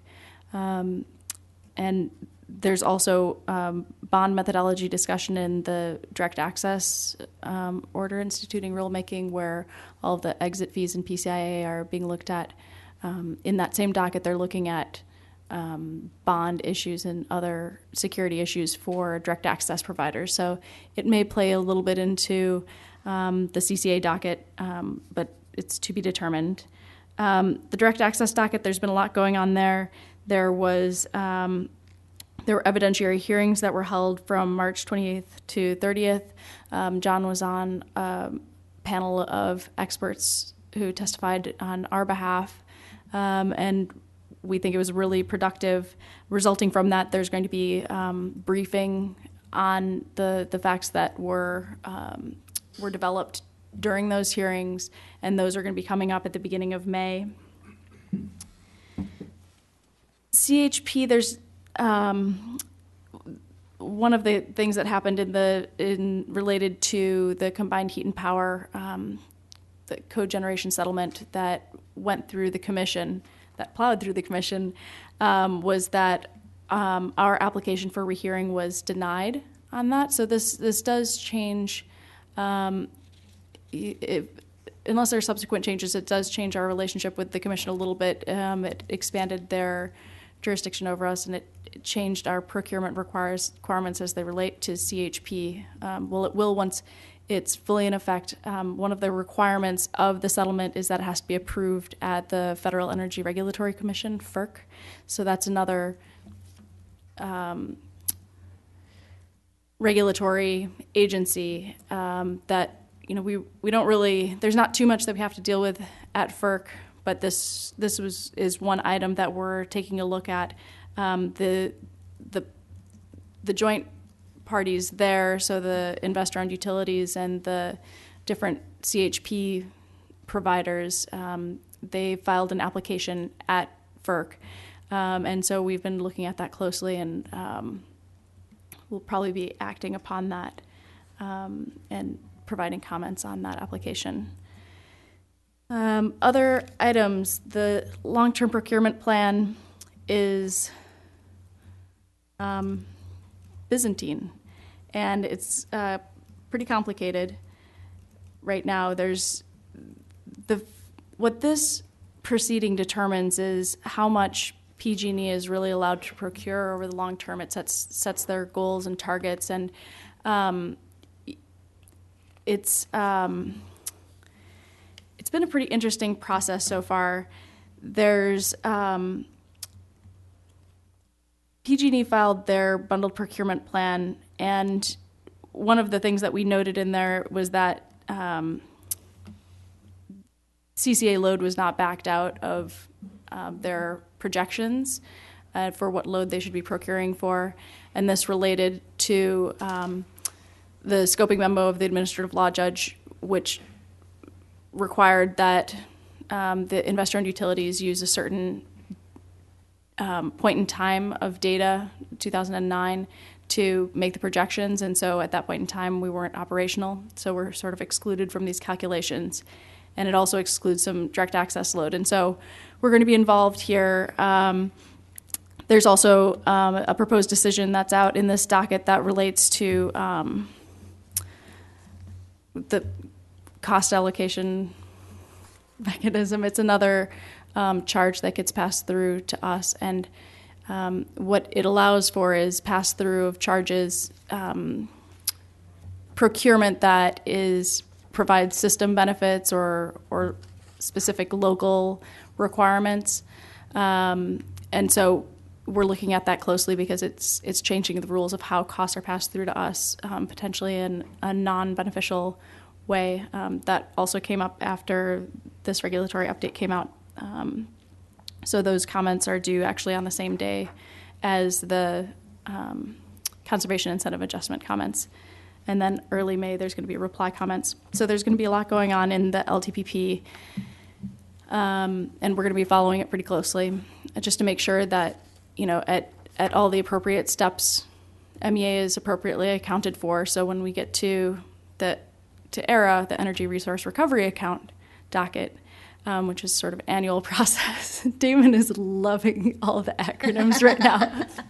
Flashbacks. It's really something. So when it gets to the point in time where, they're doing the actual bean counting, PG&E can't point back and say, oh, well, at an earlier point in time, you should have said that your load should have been backed out. So we're just continuing in the process, and it does get a little bit, gets a little Byzantine.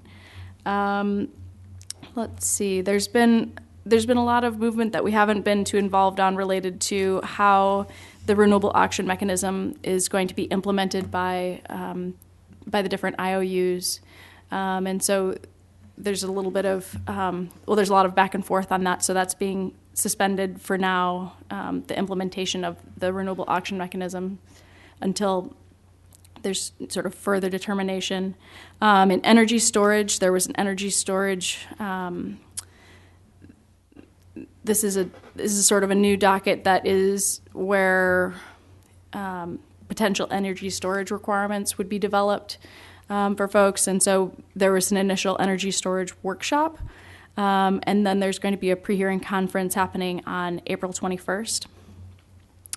A new docket that came out in March relates to AB 23 implementation, and so this is just this relates to how the costs and benefits of greenhouse gas emissions and reductions are going to be passed through to different folks, and so this is just the very start of this proceeding, which I think will end up being pretty significant.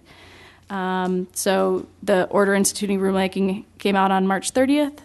There's going to be some pre-hearing conference statements due on April 21st and replies due on May 5th, and then subsequently there's going to be a pre-hearing conference. Date hasn't been set yet. And then there are just the two items. There's nothing really more to report. FERC-wise, last time around, we discussed the CAISO meter data issue, but we've developed methodology there, and so we don't have to take further action at this time. And then CHP settlement, we've already discussed that there's responses to the application would be due on April 15th. So that's what we're looking at from a regulatory perspective. So are there any questions? Great. Any questions for Beth? Should we take a quiz? There's an alphabet soup quiz at the end of my presentation. Let's open this one up for any questions. Okay, public comment on these issues? Okay, thank you very much, Beth. We appreciate it. And I believe you are next up for item number 14 on employment and benefits issues. We received direction from the ExCom to develop proposed benefit structure, and this has gone sort of back and forth from ExCom, and we've incorporated that into sort of making a structure under which MEA would be the employer of record of all of its employees. Currently, our staff is employed through regional government services, local government services, RGS, LGS, who, we're sort of leased employees from LGS, RGS. RGS, LGS provides all of our health benefits and retirement and everything that's involved in sort of HR services, and all of those costs are passed through plus a premium to MEA. Now that we're up and running, it makes sense to now for MEA to become employer of record of our employees. There's cost benefits that to be made here. There's the cost of finding an external HR services provider is significantly lower than the cost that we're paying now, and then there's no sort of markup on additional services. And so it gives us the ability to tailor more our benefit structure to, what the board determines, and it's just a matter of, flexibility as well. One of the key changes is a couple of our employees are under a defined benefit structure, so basically a pension structure, and everybody would now become under this proposed structure that was recommended by the executive committee into a defined contribution structure. So this is for folks in the private sector, it's kind of like having a 401k. That's the difference. So there's your contribution, under this structure, MEA would contribute to the retirement of its employees, but would not guarantee the specific benefit in the future, like a pension. So maybe should I go through what specific items? So one of the items here relates to, there's just a general overview of the benefits. There's a number of benefits that we're required to provide by law, such as workers' compensation insurance and disability insurance. So obviously we'll be providing those. Further, we need to move over the payroll administration and HR services. Currently, those are provided by RGS, LGS. We interviewed, we looked into several companies, and we narrowed it down to Paychex and ADP. Those are sort of the two probably biggest players in the game. And we received bids from both of them. We also met their HR specialists, and after meeting with ADP and their resource specialists, we also asked for a discount in their rate, which brought it down lower. We're extremely comfortable with the ADP folks, and they're providing a extensive suite of services to us. So in addition to payroll, we'll be able to do flexible spending accounts through them, or we'll be able to do, we'll have an on-site HR person. ADP? That was the initial one. We initially were recommending Paychex, and we changed our recommendation to ADP in the supplemental. This was after they came down in price, and we also had the opportunity after the initial board packet came out to meet their HR specialist, who's really very proactive and extremely knowledgeable, has background in helping out government entities, and that's sort of a unique, it's a unique beast being a public entity rather than just a small company.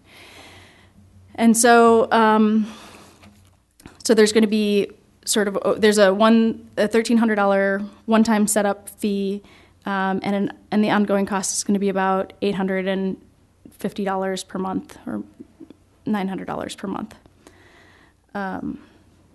Actually, I believe they brought it down to about $800 per month. And then for holidays and vacation days, there's going to be, this is set forth on the proposed benefit schedule. So it would be, there's a set number of vacation days per year, increasing after, a certain number of years of service. There's also going to be an administrative shutdown period between the 26th and 31st of December. Holidays, there's going to be 10 holidays per year plus 2 floating holidays. I don't know if I necessarily need to go down the entire list. It's been extensively discussed in XCOM, and so there's been a lot of back and forth here. One of the things I should back up and say is what we tried to do is we tried to take sort of a hybrid approach in taking a look at benefits that takes the benefits that have been provided to us and make it as consistent as possible with the benefits that we're receiving through RGS, LGS, but making it a little bit more of a hybrid, a little bit more like what you would see at a company. And so we tried to find insurance plans and retirement approaches that reflect the benefits that we currently receive, but also are a bit more similar to a private company in structure. So another item relates to title changes. This would be changing the titles of my title and also Jamie's title. Right now, my title is project manager and Jamie's title is project coordinator. They've become a little bit of misnomers as MEA has developed. So under this, my title would become regulatory and legal counsel, and Jamie's title would become communications director, as she directs our communications. With respect to the retirement approach, I already mentioned that this is becoming from defined benefit to defined contribution. It's a little bit more of a private company approach insofar as we would participate in Social Security, which is something that we do not participate in presently. There would be a defined contribution into a 401A from MEA, so this is sort of consistent with our benefit that we're receiving from RGS, LGS, and then furthermore, there would be a 457 plan, which is what employees can contribute to their own retirement. And that's similar to a 401K, for example. We did extensive research on the different options that are out there, and there are a lot fewer 401A, 457 providers than there are 401K providers. And we looked at 3 different providers, and sort of based on the responsiveness and I took a close look at what the specific costs were going to be, both whether there were costs to MEA and what sort of costs are going to be imposed on employees through sort of management fees and other fees that are hidden, often hidden. We came to the determination that Nationwide would be the recommended provider here. This Nationwide is what the county uses, and we've had interface with them. They've been extremely responsive. Their fees were comparable to the other folks that we looked at. Though overall, I would note that in the future, MEA should look at reevaluating who our 401A and 457 provider is in the future, because it's really different than personal investing. They're much higher costs that are taken out on an annual basis out of folks' retirement funds, and I think it's worth looking very closely at different providers and different structures in the future. There's basically 2 different structures out there. Either you can sort of pay through their services through management fees on a percentage basis, or you can sort of pay a flat fee to the entity, and then sort of management fees end up coming down for your employees. That flat fee approach wasn't cost effective due to our size, but we may want to take a look at that in the future. And so, I ran through a couple of scenarios and can get into lots of detail if you want, but we got through a lot of detail in executive committees. So for insurance options, the executive committee sort of directed us to look at different insurance options for health and dental and vision insurance. And so we received bids both from Paychex and ADP through their insurance arms, and it required going into a lot of nitty-gritty because there's so many differences between different insurances and what's covered and what's not between different insurance providers. But there were a couple that sort of rose to the top. Our current employees are on Kaiser plans. So we're recommending a Kaiser $5 copay plan, which is consistent with the plan that we receive through LGS RGS. When MEA grows in size, we'll be able to offer more than one health insurance option, but due to our size, we can only offer one at this point in time. But in the future, it would be beneficial to provide a couple of different options. For example, a higher copay option and a lower copay option. The lower copay option is better for individuals. Higher copay options would go farther for a family, and we could also look at different structures, sort of not PPOs rather than like a Kaiser structure. Further, we'd recommend the Blue Shield Smile PPO. It seemed to give the best bang for the buck for dental insurance and had the most appropriate coverage and was also consistent with what our current dental benefits are. For a vision plan, there's a VSP plan that we recommend that would be no copay for going and getting your eyes checked, but there's a copay of $20 for your contacts and glasses and things. And again, these are consistent with the LGS RGS benefits. And so I guess I can go into any level of detail that you want, but what we are recommending is there's, in order to roll over to be the employer of record, there's a resolution that would make all those components, approve all those components. And furthermore, in order to get the ball rolling with Nationwide, there's two different resolutions to approve the 401A plan and the 457 plan. And those are requirements to sort of get the ball rolling there so that we can implement those retirement plans for our employees for an anticipated May 1st rollover. Good report, Beth. Questions for Beth? Jonathan? So the 401A, it's been a while since I looked at these. That isn't a matching-based program like you would normally see. No, what it is it's an employer contribution to an employee's retirement at a fixed percentage. Right, defined contribution, but you can't change. You can't tweak it to make it a matching program. Yeah, I mean, I think that there's flexibility to change things to matching. Oh, one of the things I actually should have noted though about the contribution to the 401A is that there would be what was recommended through the XCOM is step-up investing. Right. So 4-year step-up investing.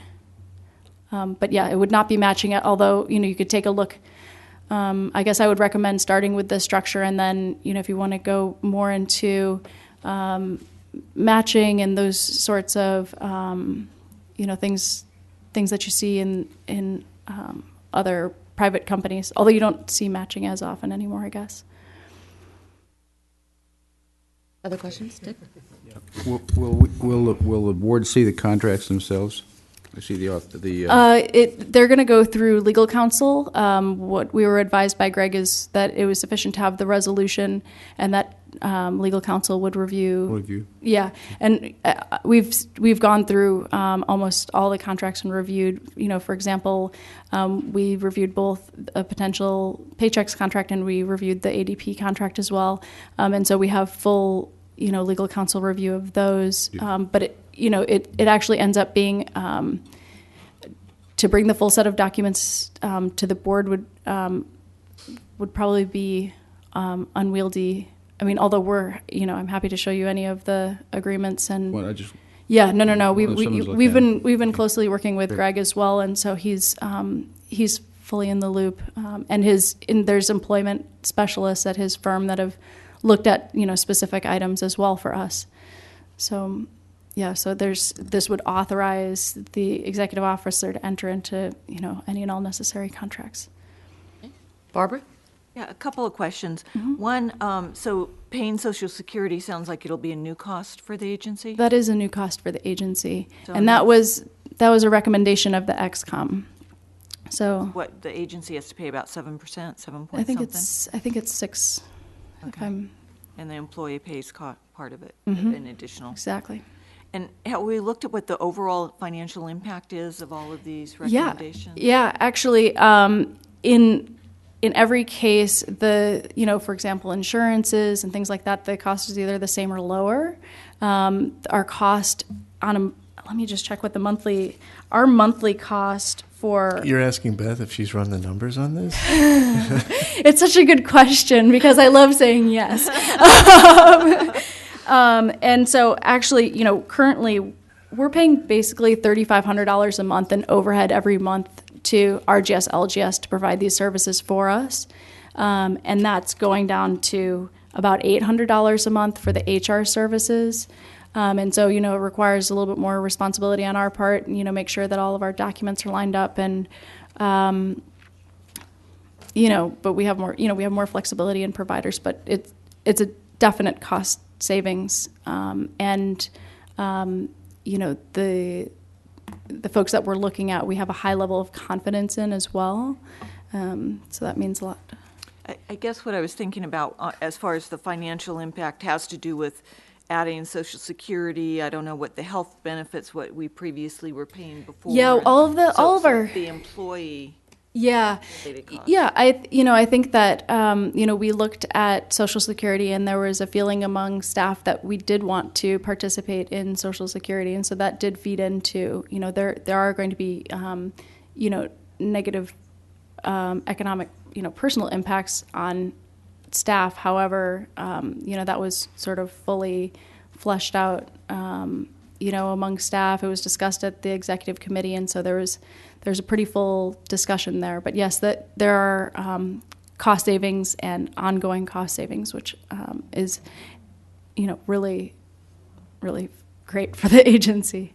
Okay, I guess what I was kind of getting at is if Social Security is 6%, does the $3,500 a month, the savings in that, cover the 6% that's paid to employees? Or that's what I'm looking at as far as the benefits cost to the agency overall for all benefits.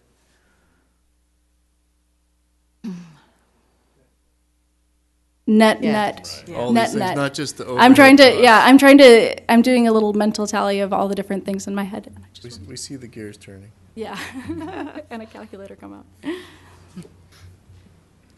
And while she's doing that, I want to go back to what Director Collins mentioned, it was Leon, regarding doing a possible match. That was something that was discussed in the executive committee, and no one had strong feelings one way or the other. I think if it's something that's of interest to folks on the board, it could come back to XCOM.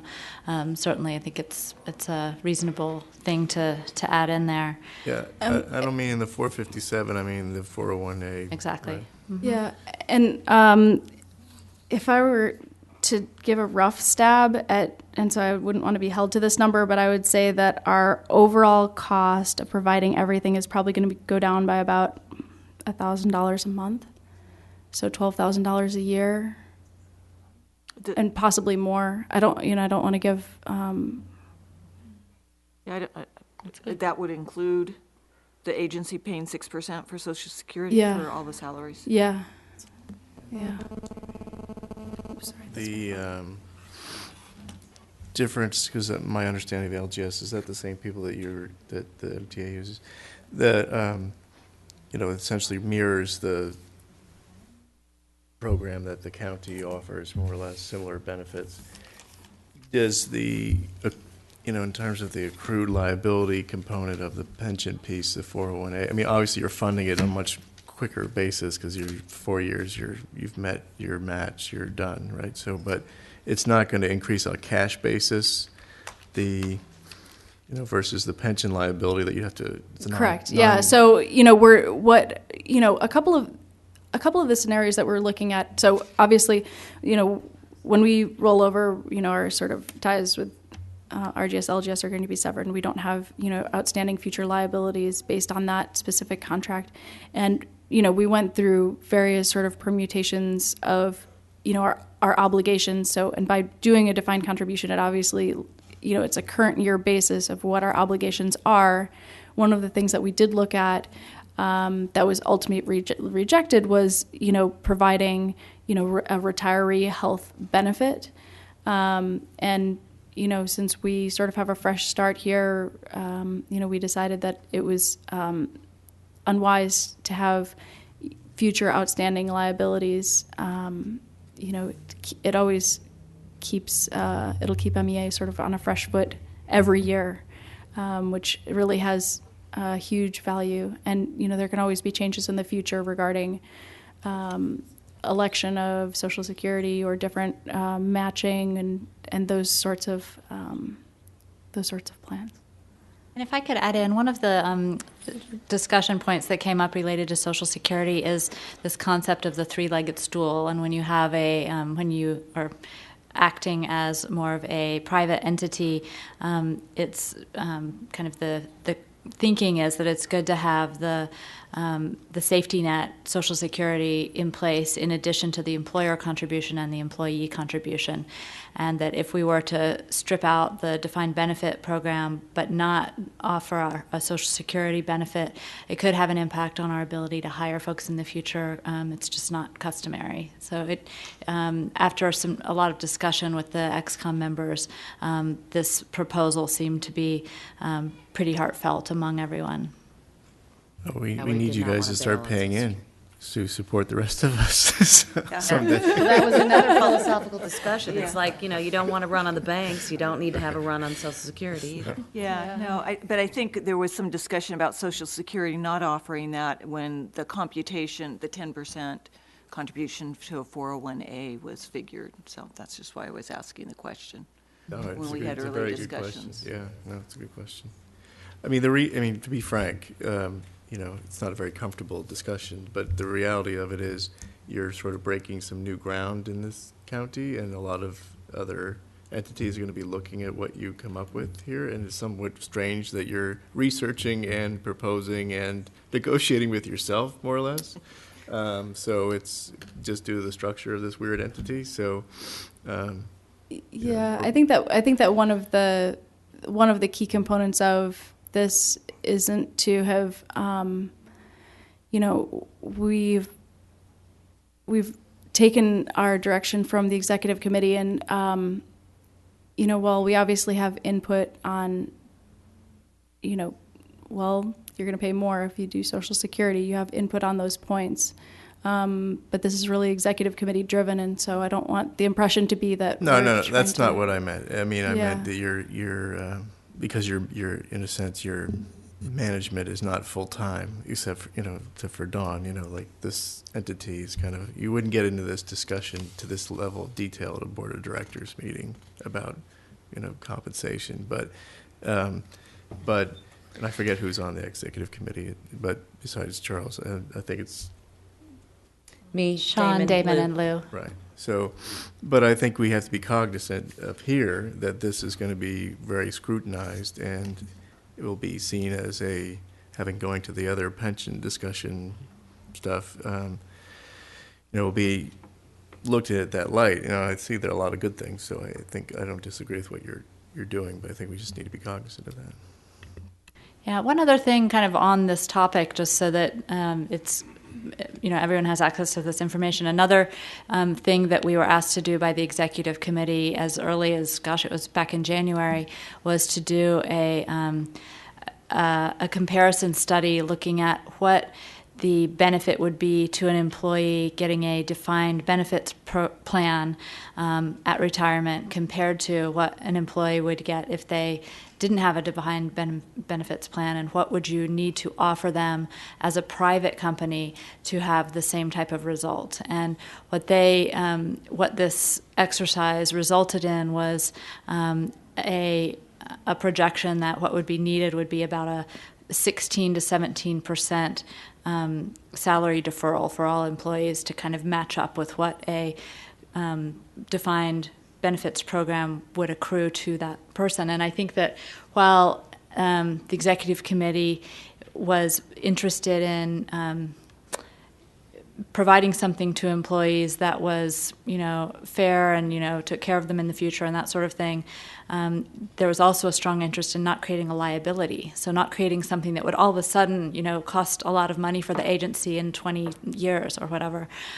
So I think the goal was to offer something that was sort of close to, to the alternative, but not have that huge liability hanging out there. So that also kind of tied into this, the percentages of how much the Social Security would contribute to that, and how much the contribution to a 401A would contribute to that. So a lot of moving parts in that discussion. Okay. I should also note that on the executive committee, when you did that market analysis, and I think you looked at a number of different things, we were very clear that we wanted to hit it in the middle. So what you have here is not a Cadillac version, and it's not, the used Toyota version. It's, right solidly in the middle, and we felt good about that as a policy direction. Any other comments or questions for staff? Okay, does the public want to comment on this, Grant? You stayed around all night for this. Actually, no, I'm just sort of, once I get started, it's hard to turn loose. But since Barbara asked, the combined 10% plus 6.4 Social Security comes up to 16.4%, which is, the pension contribution of this whole thing. The county defined benefit normal cost is currently about 8%. And so that compares directly against the 16%, except that there's another element, and that's the element of volatility or risk. And right now, the county's total contribution, and including its contribution for unfunded liability, on a levelized percent of payroll is more like 24%. Damon, you know full well San Rafael's up at 50%. And that's the risk associated with these wide swings is what you're eliminating by going to the defined contribution plan. And yeah, you're paying a small premium for that, but you've got to pay premium in order to take out risk. My overview of the thing is that the pension side of it looked quite reasonable. I'm always horrified anytime I get any kind of look at public entity healthcare cost. My own company contribution to my healthcare is down to less than $200 a month, and the numbers are just horrifying from that perspective. But that does seem to be consistent with other public entities. So, what can I say about that? I share with Jonathan the delight in having the young ladies paying into Social Security. It'll continue drawing out. my perspective on the pension plans. Thank you very much. Okay. Yeah, and just for for healthcare and things like that, one of the things we did look into is CalPERS provides healthcare even if you don't go through them, and so we sort of compared to that, and our plan looks kind of stingy in comparison with the CalPERS one, but nice in comparison with some of the other ones that we saw, and consistent with, and the current plan is sort of consistent with what our current benefit is. So, okay, tried to be consistent. Great. It's late, so very quick. Just an observation that it's wonderful whether you're doing a great job on everything, but an observation here is less and less advocates are coming to the meeting. Last month there was only 5, and the people who made this all happen were getting thinner and thinner and less, and in that observation there is advocates need some help here to keep up the morale and the motivation to keep it going, because things are growing, and vulnerable and advocates are disappearing, and free help is hard to get. Sean's going to hire you. Yeah. Thank you, though, for that comment. And I do believe there is an advocates meeting tomorrow. There is no paycheck associated with that. I am so sorry. But, all right, we do hope that everyone will come. Don't be too proud of yourself. Not to repeat, but you were correct. It's amazing how much more public entities pay for health care. There's something inherently wrong. For the same, you can get the same plan, more or less, at a private. It's just really weird. Okay. Any other comments on this issue from the board or the public? Only that the models that this agency is following are terrific. I mean, I'd love to have this A lot of agencies would love to have what we're doing here. I mean, Once again. Yeah. Okay. And I also wanted to compliment staff and the executive committee for all the work that was done on this. I know it's tremendous, looking at all of the different things, doing the comparisons, and then looking for the resources for the plans, and it's tremendous. Yeah, one of the things I guess I'd just like to say is, I think that it was a really enlightening to go through the process with the executive committee, and to the extent that other communities are looking, at specific changes and really want to get into lots of detail, I'm willing to go through whatever level of detail. She's awesome, I gotta say. But it really, there's a learning curve, and there's a lot of information out there, and so since we've sort of done the work once, to the extent You any should, of the folks from your community, you should meet Larry too and dialogue with him. Exactly. And then moonlight for who's doing it for individuals. the towns and cities. Larkspur. Okay, let's move to action, shall we? All right, good. We have 3 resolutions. Yeah, I think they need to be approved separately. They do, indeed. And so the first one up is in your supplemental packet. It's Resolution 2011-06. And the change here was just that we had referenced Paychex as the HR provider in the first one, and ADP is referenced as the HR provider in this one. Correct. Do I have a motion on this one? I move. Oh. Okay. Barbara moved, Okay. and Dick seconds. All in favor? Aye. Aye. Any opposed? None. Motion carries. Okay, then we move over to our original packet for the other 2 resolutions. Resolution 2011-07, establishing a deferred compensation 401A plan. Can I call for a motion, please? Okay, that's Tom, second. Second. Dick, on that one? All in favor? Aye. Any opposed? None. The motion carries. And the last one of the evening is right in the next page, 2011-08, resolution of the Board of Directors establishing a deferred compensation 457 plan. May I have a motion? So moved. Tom? Second. Barbara? Second. All in favor? Aye. Any opposed? None. Motion carries. And so that item is done. Thank you very much, everyone who worked on that. Then we will move now to item 15. Are there any board member or staff matter announcements or discussions for tonight? I just had one. I think in conjunction with unfortunate circumstance that we're in, it may be good to re-examine not just who sits in what chair, but also the structure of all these committees, given that, at least for the short run, who knows what the future will bring. You don't have a person who has the same time and wherewithal to be at all these, to sort of champion through all these committees. So I would think that would be part of the same discussion of before you sort of go into the role of who sits as chair, vice chair, or what those roles are. You should probably address that greater picture first. That would be my suggestion. Okay. Great. And do I hear any volunteering in that suggestion? Any, was that a volunteer? Uh-huh. Okay. Great. We'll talk. Be careful.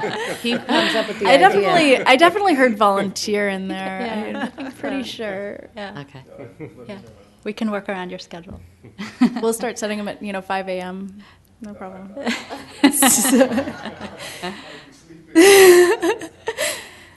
Okay. Any other board or staff matters? Dawn? I do have one brief item. I just wanted to let the board know that the second quarterly report to the legislature from the CPUC on issues between the interface between MEA and PG&E will be due at the end of April. So we have submitted 4 new issues for that legislative report related to billing arrangements, the care discount issue, usage data being submitted late, and then the code of conduct. So Those 4 issues we'll be talking about more at our next meeting. We should have the final actual legislative report at that time. And if there are any other issues that board members are aware of that you think we need to submit, we need to do it within the next week or so. Okay, very good. Anything else for the good of the order? We're just going to be here next May 5th again here. Who's that, who? Our next meeting is going to be here again. Oh, we're going to be here. Okay, all right. They're pushing you. They sold you. She's working it. Okay. All right, folks. What I'd like to do is call for a motion to adjourn in memory of our very good friend and colleague, Charles McGlashan. Okay, all in favor, we will adjourn in memory of Charles. Say aye. Aye. Anyone opposed? We will miss you, our friend and colleague. Good night, everybody.